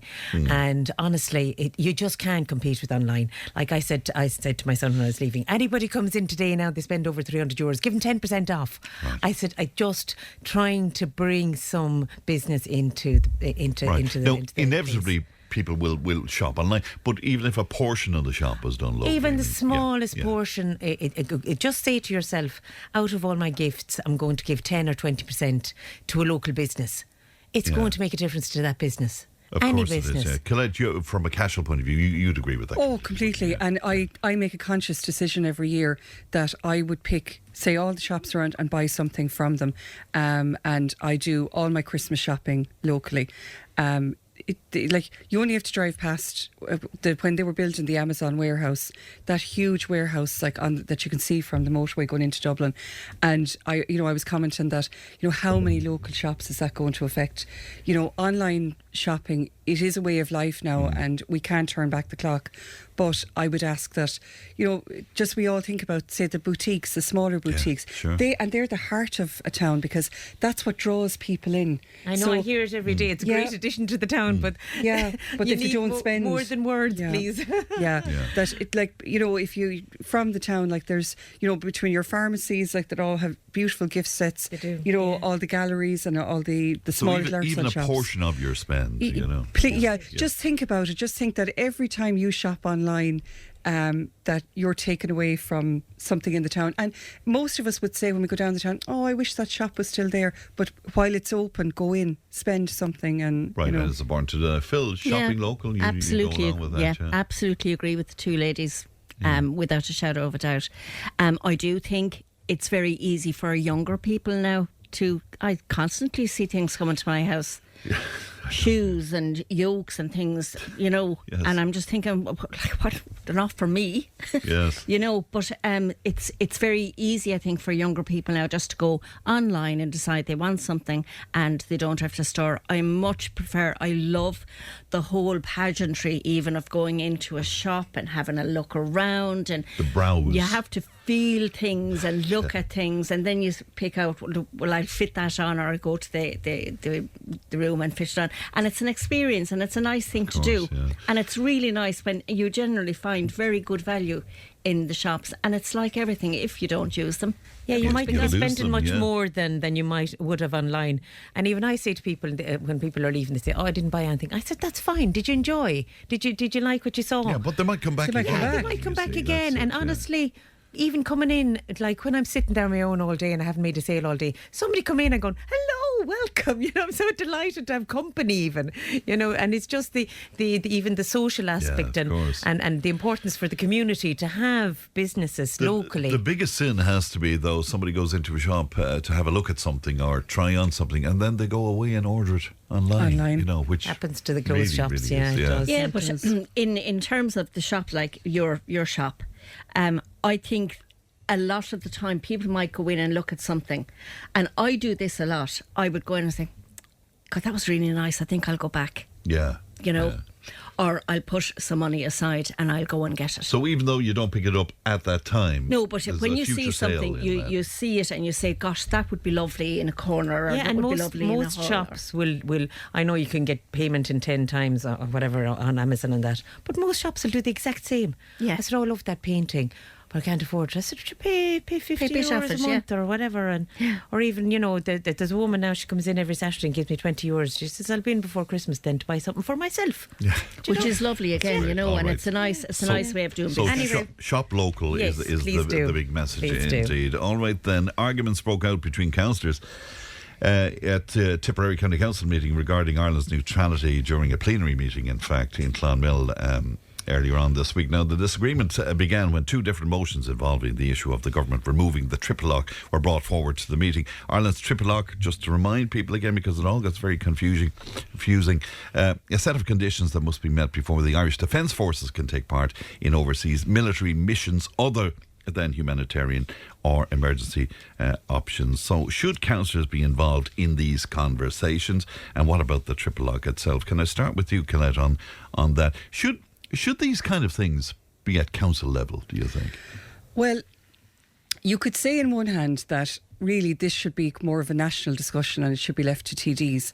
But if we're going to talk about democracy and we're going to talk about, bringing local councils back, and then everything is up for discussion. And because that item was discussed at the Clonmel meeting, we're now talking about it here, and it's something that should be talked about. We don't talk about our defence enough.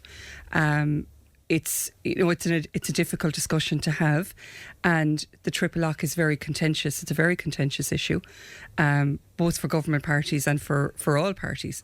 So I don't think it's any harm for councillors. Now, it has to be balanced, and you do have to, because all politics is local, and councillors do need to be more focused on the local issues our housing, local rates, etc., etc. But they're important conversations, and they should be bringing them up, having the discussion in the council chambers, and then bringing them to the TDs to bring their points forward. But the triple lock is contentious.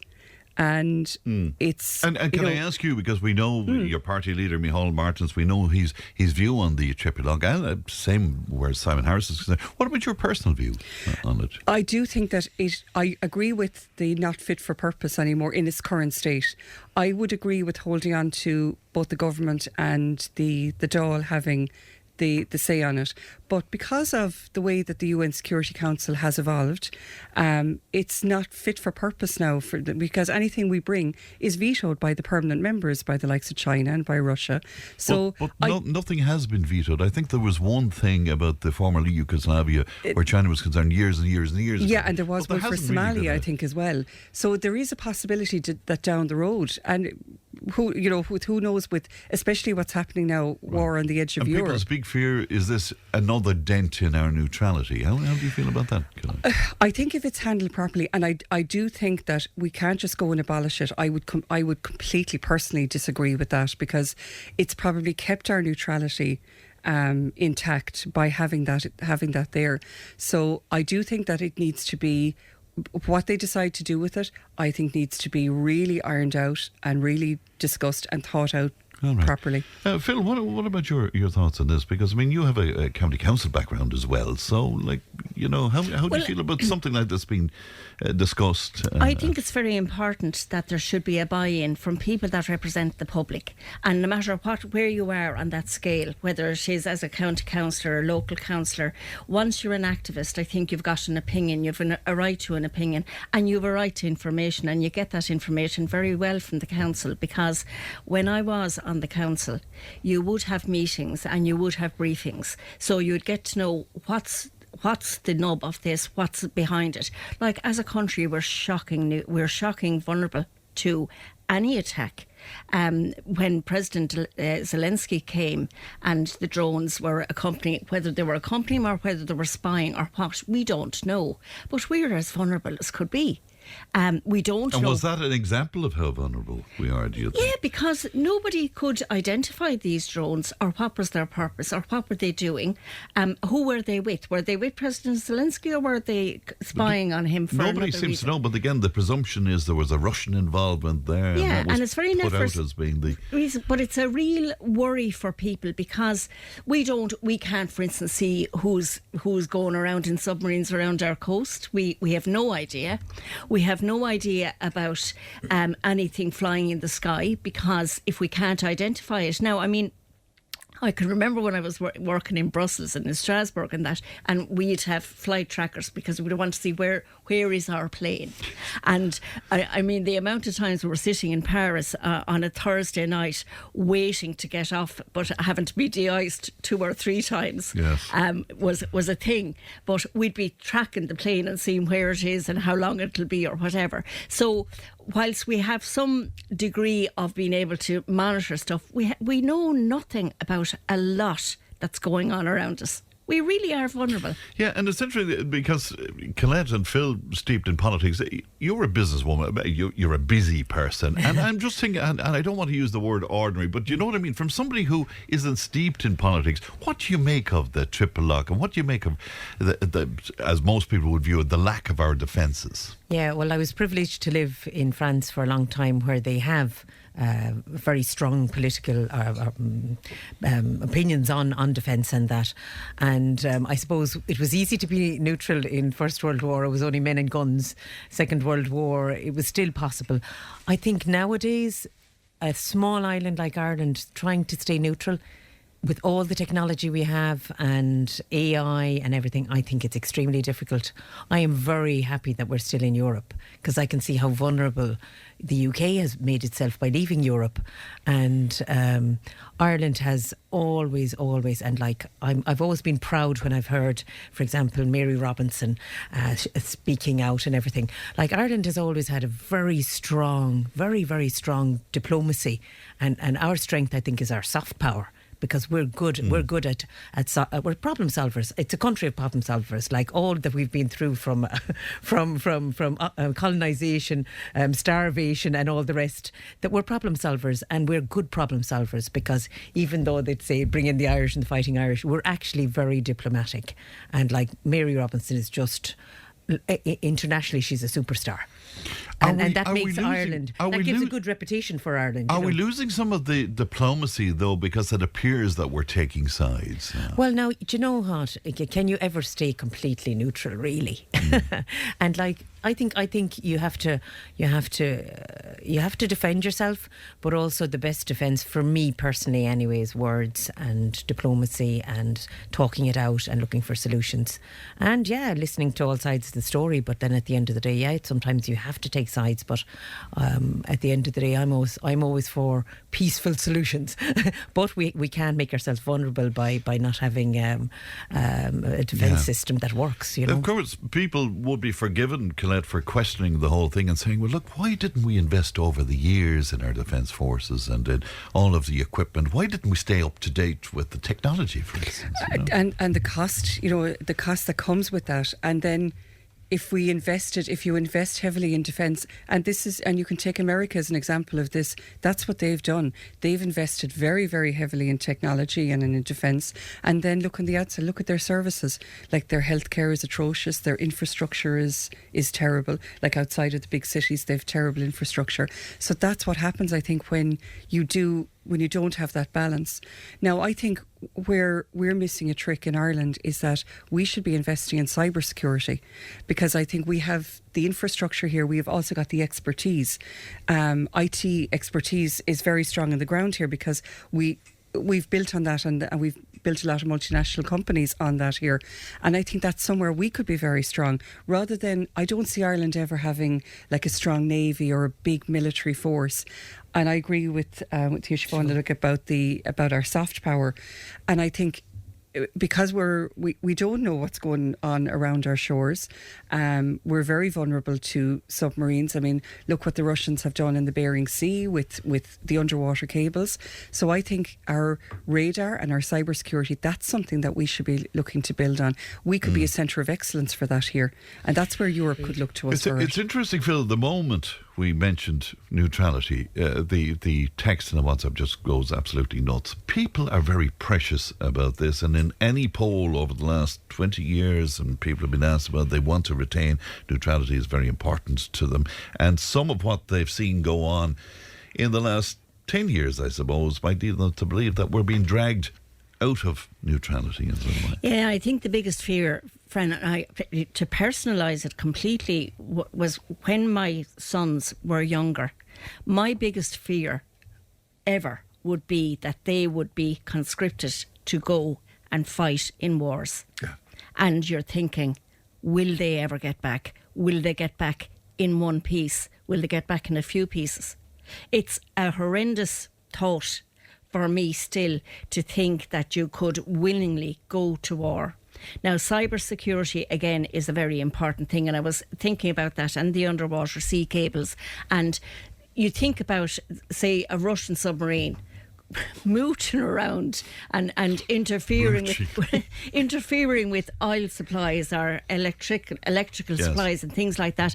I think it's a very frightening thought that we could be, we are so vulnerable. It would be very easy to take us out. Well, even you wouldn't. I mean, now the way things are, and I don't want to be giving anyone any ideas here, but you don't need a missile anymore. All you need is to shut down our internet or take a bank hostage. Bring the whole country to a halt. To a halt. No one would be able to get payments in. It happened when we were in Lanzarote in February. I think there was a solar flare or something, and there was no banking for 24 hours in Iberia. And it created chaos. Oh my God, it was like an apocalypse down there. My son lives in Barcelona, and he said, Ma'am, I know, I understand the cash is king thing now. Absolutely. Because people do nothing for 24 hours. Are you saying to me then that you're predicting that the attacks of the future will be attacks cyber. from a cyber point of view? Yeah. Absolutely. For sure. Yeah. For sure. Like you only see now the amount of hacks that are going on with phones and cards and with companies having to pay out your ransomware, you know. Look at the Irish health system when it was hacked. Like this, just we are vulnerable. Yeah. We're very vulnerable, and hospitals in particular are vulnerable because and you know there's so many aspects to it, and it's so frightening for people. But we're getting to the stage where you have to be suspicious of everything. I frequently get phone calls, and it's 0044, and I know it's from the UK, and I don't answer the phone for that. I don't answer the phone generally if I don't recognise the number. I just don't do it anymore because it's forever. It's people scamming. They're scammers, and they're I have that all the time. And they're serious scammers. And it's getting sophisticated. They're very believable because it's if you can get somebody vulnerable now. I mean, I think we're wide to it because we would be in the know about sort of the different scams and the different approaches people make when they give you a phone call. Yes. But there are some people that will go and do all sorts of things. Now, I do love when they put on the bit on the internet where some young one is imitating an old one, and she's going, I'll go to the bank now and I'll take out the money and I'll and it's great fun, but I mean it's not funny if people are scammed and taken in. I can't remember, was it Declan Power who said it to me? Somebody said it to me during the week. They were making the importance of strategically how important Shannon would be in the event of some escalation. God forbid it would happen, but some escalation of a global war of some kind. That's very frightening, isn't it, Colette? And very real. You know, it's a very real possibility. Because of the length of the runway there and the strategic importance of it and all of that sort of thing. And I wonder why a lot of that they haven't developed, Shannon. I wonder, the conspiracy in me is wondering, is that why it's not being developed in a lot of routes that haven't come back since COVID? Is it being kept there? Not being kept for some military purpose, but because it is still used as a landing base for the American troops. So which from a neutrality point of view in itself is kind of ludicrous. It is a very and again a very contentious issue as well. But there is a possibility, and that is a frightening possibility, that we could be a hub, or a landing spot here. Or viewed as that in terms of people taking the way it Cyprus out is. Cyprus is very, the same thing, very vulnerable in Malta. But then that does affect our neutrality, and then that does affect also our security, and definitely it's something that I would worry about. Of course, and because we have an all-female panel today, it's interesting what Phil brought up there is about that natural way that we would be concerned and worried about our kids being involved in this and being dragged into this in some sort of a fashion. But what about that, Siobhan? Well, I know when I lived in France for 33 years, and when my kids were small, it was still necessary to do military service. And I was thinking, God. That was obligatory, was it? Yeah, well, when they were young, yes. But still, they still had the military service. And when they kind of transferred it over to kind of Citizens' Day, I was saying, oh, thank God, they won't have to do 18 months in the army. But then you see the way Israel is, and every man, woman and child knows how to fire a gun. You kind of... I'm just against violence, and as a mother I'd be very concerned, but not just for my own children, for all children, and all young people that, God, we've had 2 wars with lots of deaths. But unfortunately, I don't think the next war is going to be with guns and no. But even on this thing and what we're touching on here, Colette, why aren't women banding together around the world to say stop bloody warmongering? There is no need for this. Why isn't there an upsurge of? I think there's plenty of groups like Amnesty International, and I suppose just the voice is shouted down because most of the leadership is male dominated. So I suppose our voice is not as strong at the political level. So it's more difficult to get your voice out there. For those kind of, the more soft conversations about. But I mean, even the grassroots movement of women to say, look, this has to stop. Stop this. Yeah, in some countries, yes, and I suppose it's like I suppose we do it in Ireland. We do it more in a humanitarian way, with all the different humanitarian organisations. both women and men are very, like, there's so many organisations here that do so much work on the ground in war-torn countries, Concern, Trócaire Goal, and I think that's where the voices are. But I mean, I don't want to go off down this track now, but I mean, we're so vocal on all things ideological and stuff that really you'd be wondering about in terms of how important it is, but we're not vocal enough when it comes to this kind of thing, Phil, you know? I suppose we're not, Fran, but I think as time goes on, we're going to get a lot more vocal, and I think we're going to get stronger as well. Do you believe that? I do believe it, yeah. I do.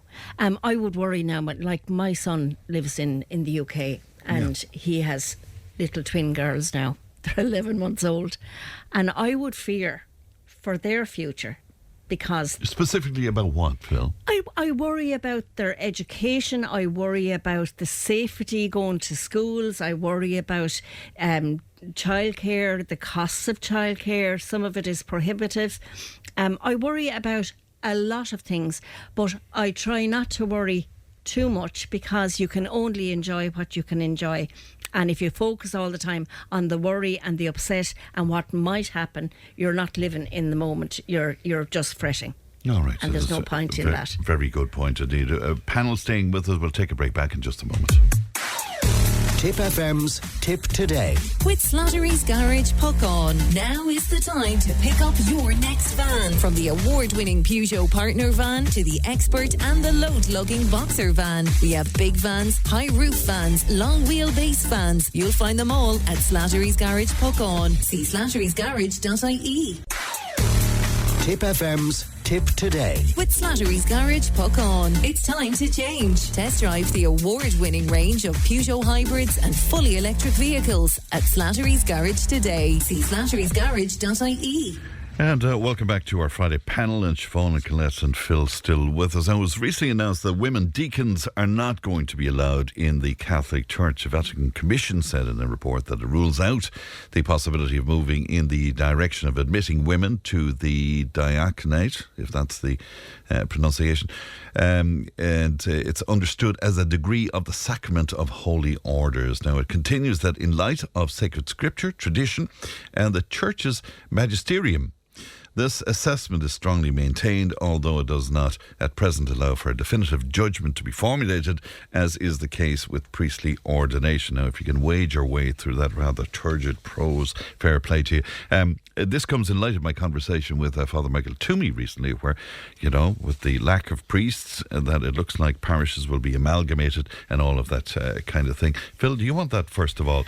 It seems a bit ridiculous, the whole thing, really, saying that we need so many people involved in the church. You know? Well, the whole thing about it is now the priests are dying out. Yeah. There's not so many people going into being ordained. Yeah. And I know that up in North Kilkenny, where I'm from, that I think the one priest is serving 7 parishes because priests have died, they've retired, they're infirm, they've cognitive ability has gone a bit like my own.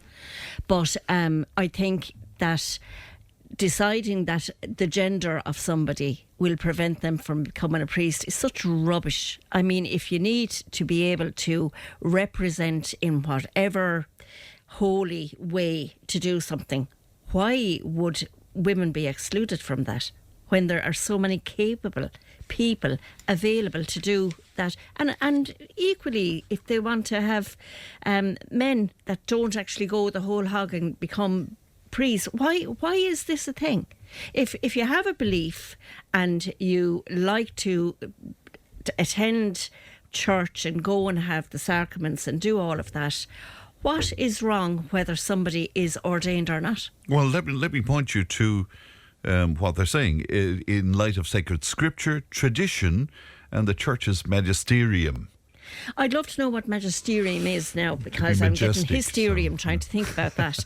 But look, I just think that traditions in the church will have to be reviewed at some point. We can't keep going in with this expectation that, a child is such an age now, they must have their first Holy Communion, and that's the big deal. And we all know about the first Holy Communion. The big deal really is how much they'll make on the day, which is great. But I also accept and acknowledge that teaching scriptures and teaching religion in schools is an important aspect of people. But there are other schools that don't have that at all. They don't have any sort of, they're not consigned just to being Catholic or whatever. You have a lot of different beliefs and different functions with people, and I think that it's ridiculous to keep going after a really old model. Magisterium refers to the teaching authority of the Catholic Church. There you go. God bless Mr. Google and all of that. Colette, what are you making of this? Oh, I was so cross at this. I really was. I was absolutely,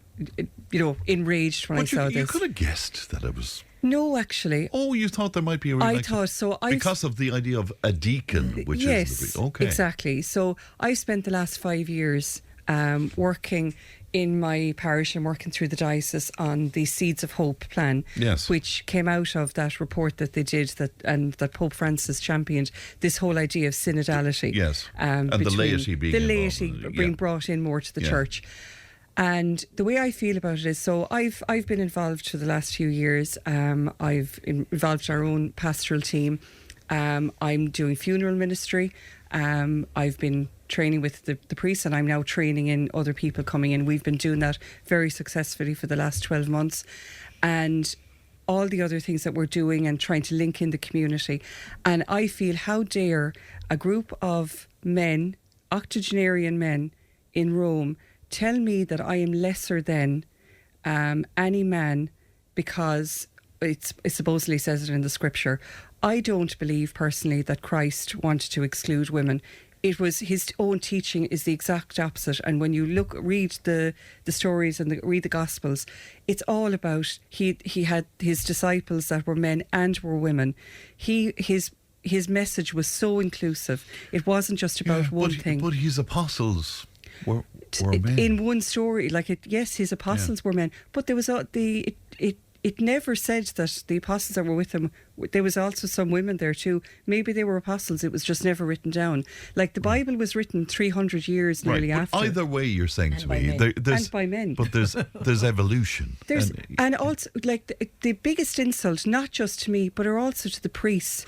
Like the priests that are doing like that now, that are doing 7 churches. Our priests inside they're looking after 3 churches now. There's one of the priests is out sick, and in fairness to them, they are doing a great, and they're very supportive of anything that we want to do.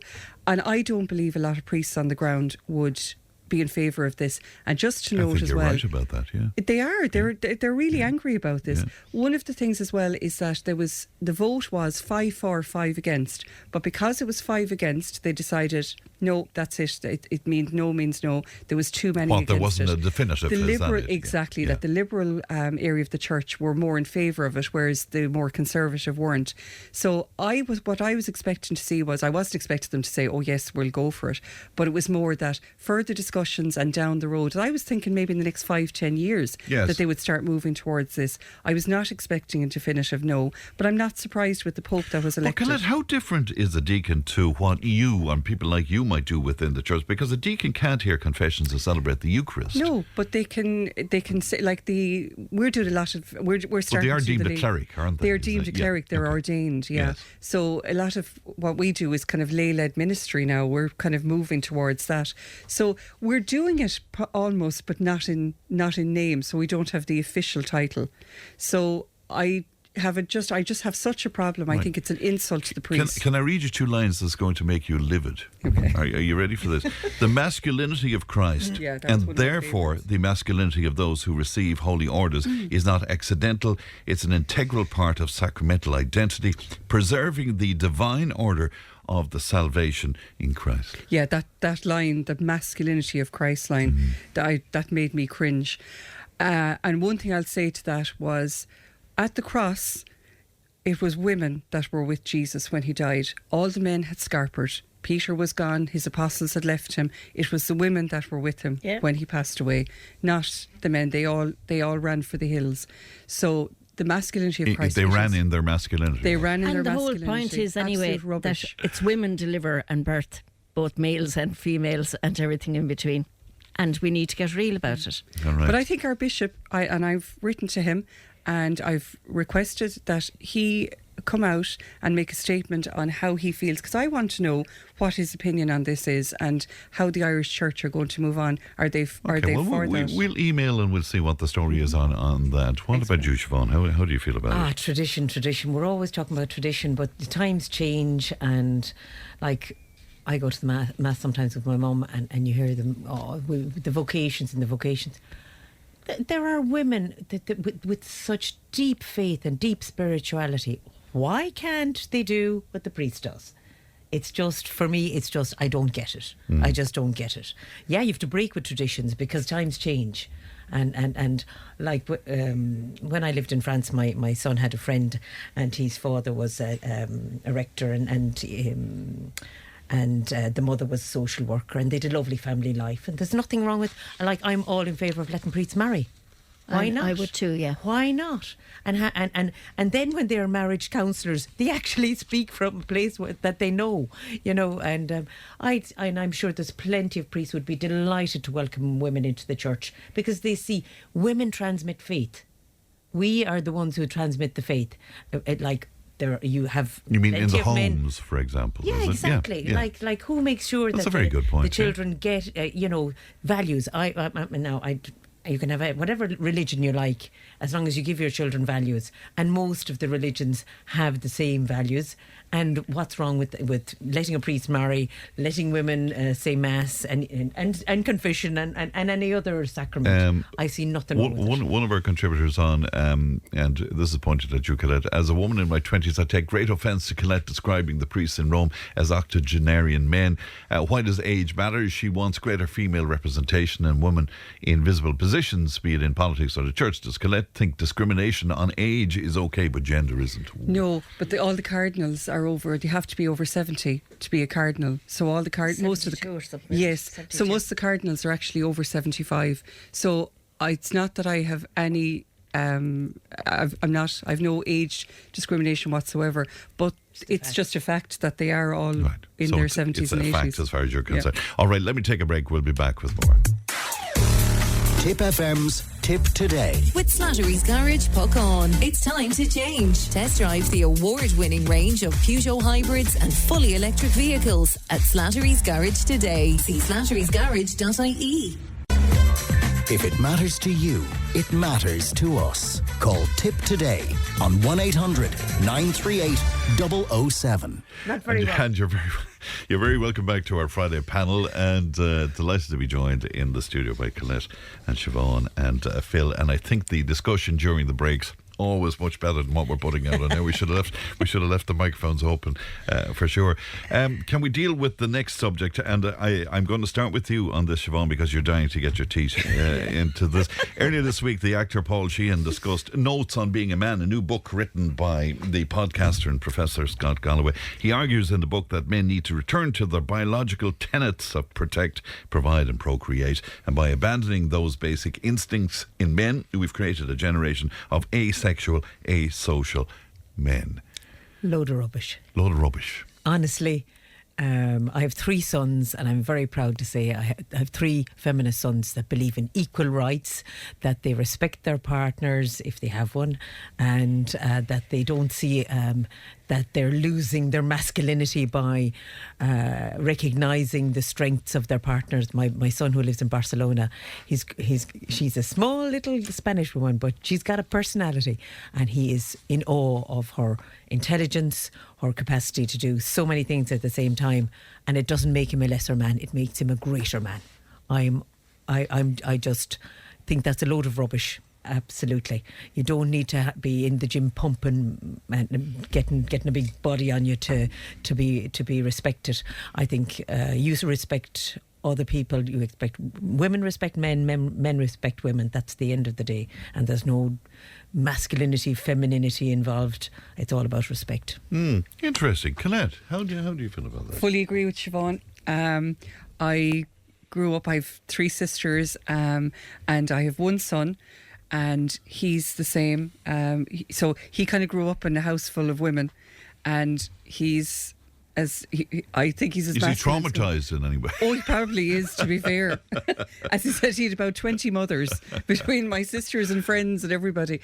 Everybody had, he was definitely reared by a village, but it hasn't done him any harm. He's a masculine guy, but again, very respectful, and he is not threatened in any way by strong women. And you know, and he has great male presence, and he's had great men in his life. I have great brother-in-laws as well. My husband, very much a man's man, I have to say. And I don't see the issue with what he was talking about. Okay, Phil, you're looking very benign there, Phil, No, which I'm always worried about when you're looking benign. I was reared. Now, of course, we didn't always have all of the family, but like I have 5 brothers and 5 sisters. Well, I had 5 brothers. One has passed, but our house was a council semi-detached house, and there was a box room where Mum and Dad were in, and usually a baby in a bassinet. Yes. And then the girls were in one room, and the lads were in another room, and there was one bathroom. I don't know how we survived, but we used to get up in the summertime and go out early in the morning after our breakfast, and we weren't to be seen again until tea time. And we had the best time. We used to rob orchards, particularly the priests in Ballyregret. We used to get over the thing, and we used to have a feed of apples, and we used to have the best fun. Right. But is there anything about nowadays that is taking masculinity away from young men in particular? I mean, I don't think so, Fran. I genuinely think that men are men, and now we have a range of genders, if you like, as well, where people are identifying in different ways. That is their right if that is what they want to do. I think we need to stop being as judgmental as we are, and we're all supposed to fit into these societal, social norms. And what is a social norm now? If somebody is transitioning between male to female or female to male, it's their journey. It's their right to do that if they want. Like we're gone very. I think we're a bit more relaxed about people now. Men are men, and I get on very, very well with men, and I get on very, very well with women. So I have no issue about how masculine someone has to be. Right. Someone doesn't have to be masculine. So to me. therefore, are you really surprised that this book is being talked about right around the world at this point? I suppose I'm surprised, because it's not often that you get something that just ignites a conversation. But conversations about societal changes is always a very positive thing in my view. And I think it's great that, that the word is out and people are having discussions and they're coming to conclusions. And you know what? I think it's a great thing. And this notion that, I mean, even if you take the young men who supported Donald Trump, for example, the issue there is that, well, what's been spoken about there is that young men, they were unsure about their role in society now. There was a void there. And here's a guy who they felt was speaking up for them in some way. And you also have these other people like Andrew Tate, and you have Jordan Peterson, and you have all of these. So what do you make of that argument? I think they're men who don't know how to respect women. And they obviously have some insecurities of their own, because any man worth his salt has no problem with But why are equality. so many, the large numbers of young men flocking to these people and looking to these people Do you know for what? guidance? I think the fact that communication is so easy now, and that it's so easy to shout and say shout the loudest and be heard all over the world. In the past, that didn't happen, unfortunately.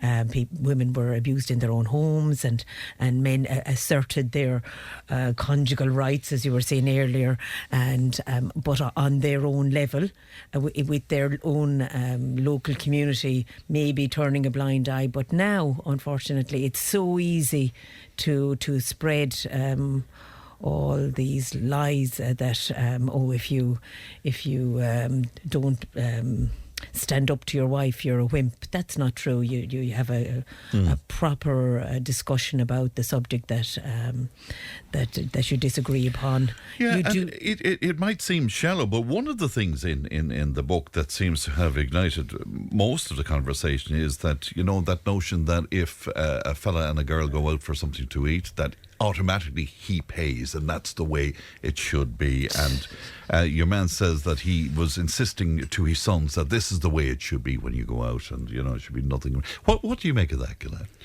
I think is he making it? Is he a bit of a drama drawer? Is he kind of making a bit of a thing where there isn't? I don't know any. I've never had an issue paying for myself, or I've never had an issue with someone wanting to pay for me. I think sometimes we're making issues where there isn't any, and I think a lot of these Andrew Tates and these kind of social media groups are harnessing something that they think is there and pulling. It's very easy to put out these narratives out there, like clickbait. Exactly, and you're pulling, and you say something, and it pulls someone in, and and it's very easy to plant ideas, and I think create issues where there aren't any. Yeah, seemingly he told his sons that if they went out for a meal with a woman, and they didn't pay, there was no way the woman was going to put out for them, for example. Really? Yeah. Oh, how exciting! Yeah. God, how disappointing for the poor woman. She didn't get. Yeah, she didn't get her meal paid for. She didn't get her meal. I think there's a lot of. This is a best-selling book. Yeah, Phil. because there's a lot of influencers now, and once you get a narrative and you become a thing, you're suddenly seen as a bit iconic, or that you're kind of a leader, or in the genre that whatever it is that you're touting, or whatever it is you want to represent, you're there, and you're it, and you have a status because you're an influencer, and and we all see various influencers, and while some of them are very, very good at what they do, you'd have to sometimes say to yourself, do I need to listen to this for much longer? Yeah, I know. Yeah. Somebody says when the Russians do I'm sorry for that. When the Russians do come, these women will want a masculine man in front of them. Sure, if he's volunteering. When the Russians come. Are you volunteering, I'd like to know. If you are, no problem. But we don't know that it's from a man, but, so what is that? When the Russians come, you'll be all saying, no. We'll have our cyber security up and running by then, we'll be fine. We'll all have our auras around us, and we'll be able to know stuff. Well, I don't think any of us have a problem with men. We're all, I'm married to a very strong masculine man who looks after me, and I need a lot of looking after, I can tell you. And I have and it doesn't affect my feminism whatsoever by relying on him for things. And when the Russians come? When the Russians come, I'll just send him out there. And all right. Honestly, we've given birth to these men. Like women give birth, we give life. And I think it's also important that we give them strong values and values of respect and equality. I think equality is really important. And reassure them that women want proper relationships just like they do. They don't want to be dominated. They want equality. All right. Well, there's a lovely note to leave it on. Yes. But my thanks to Gillette Roach and to Phil Prendergast and to Siobhan Kaplis.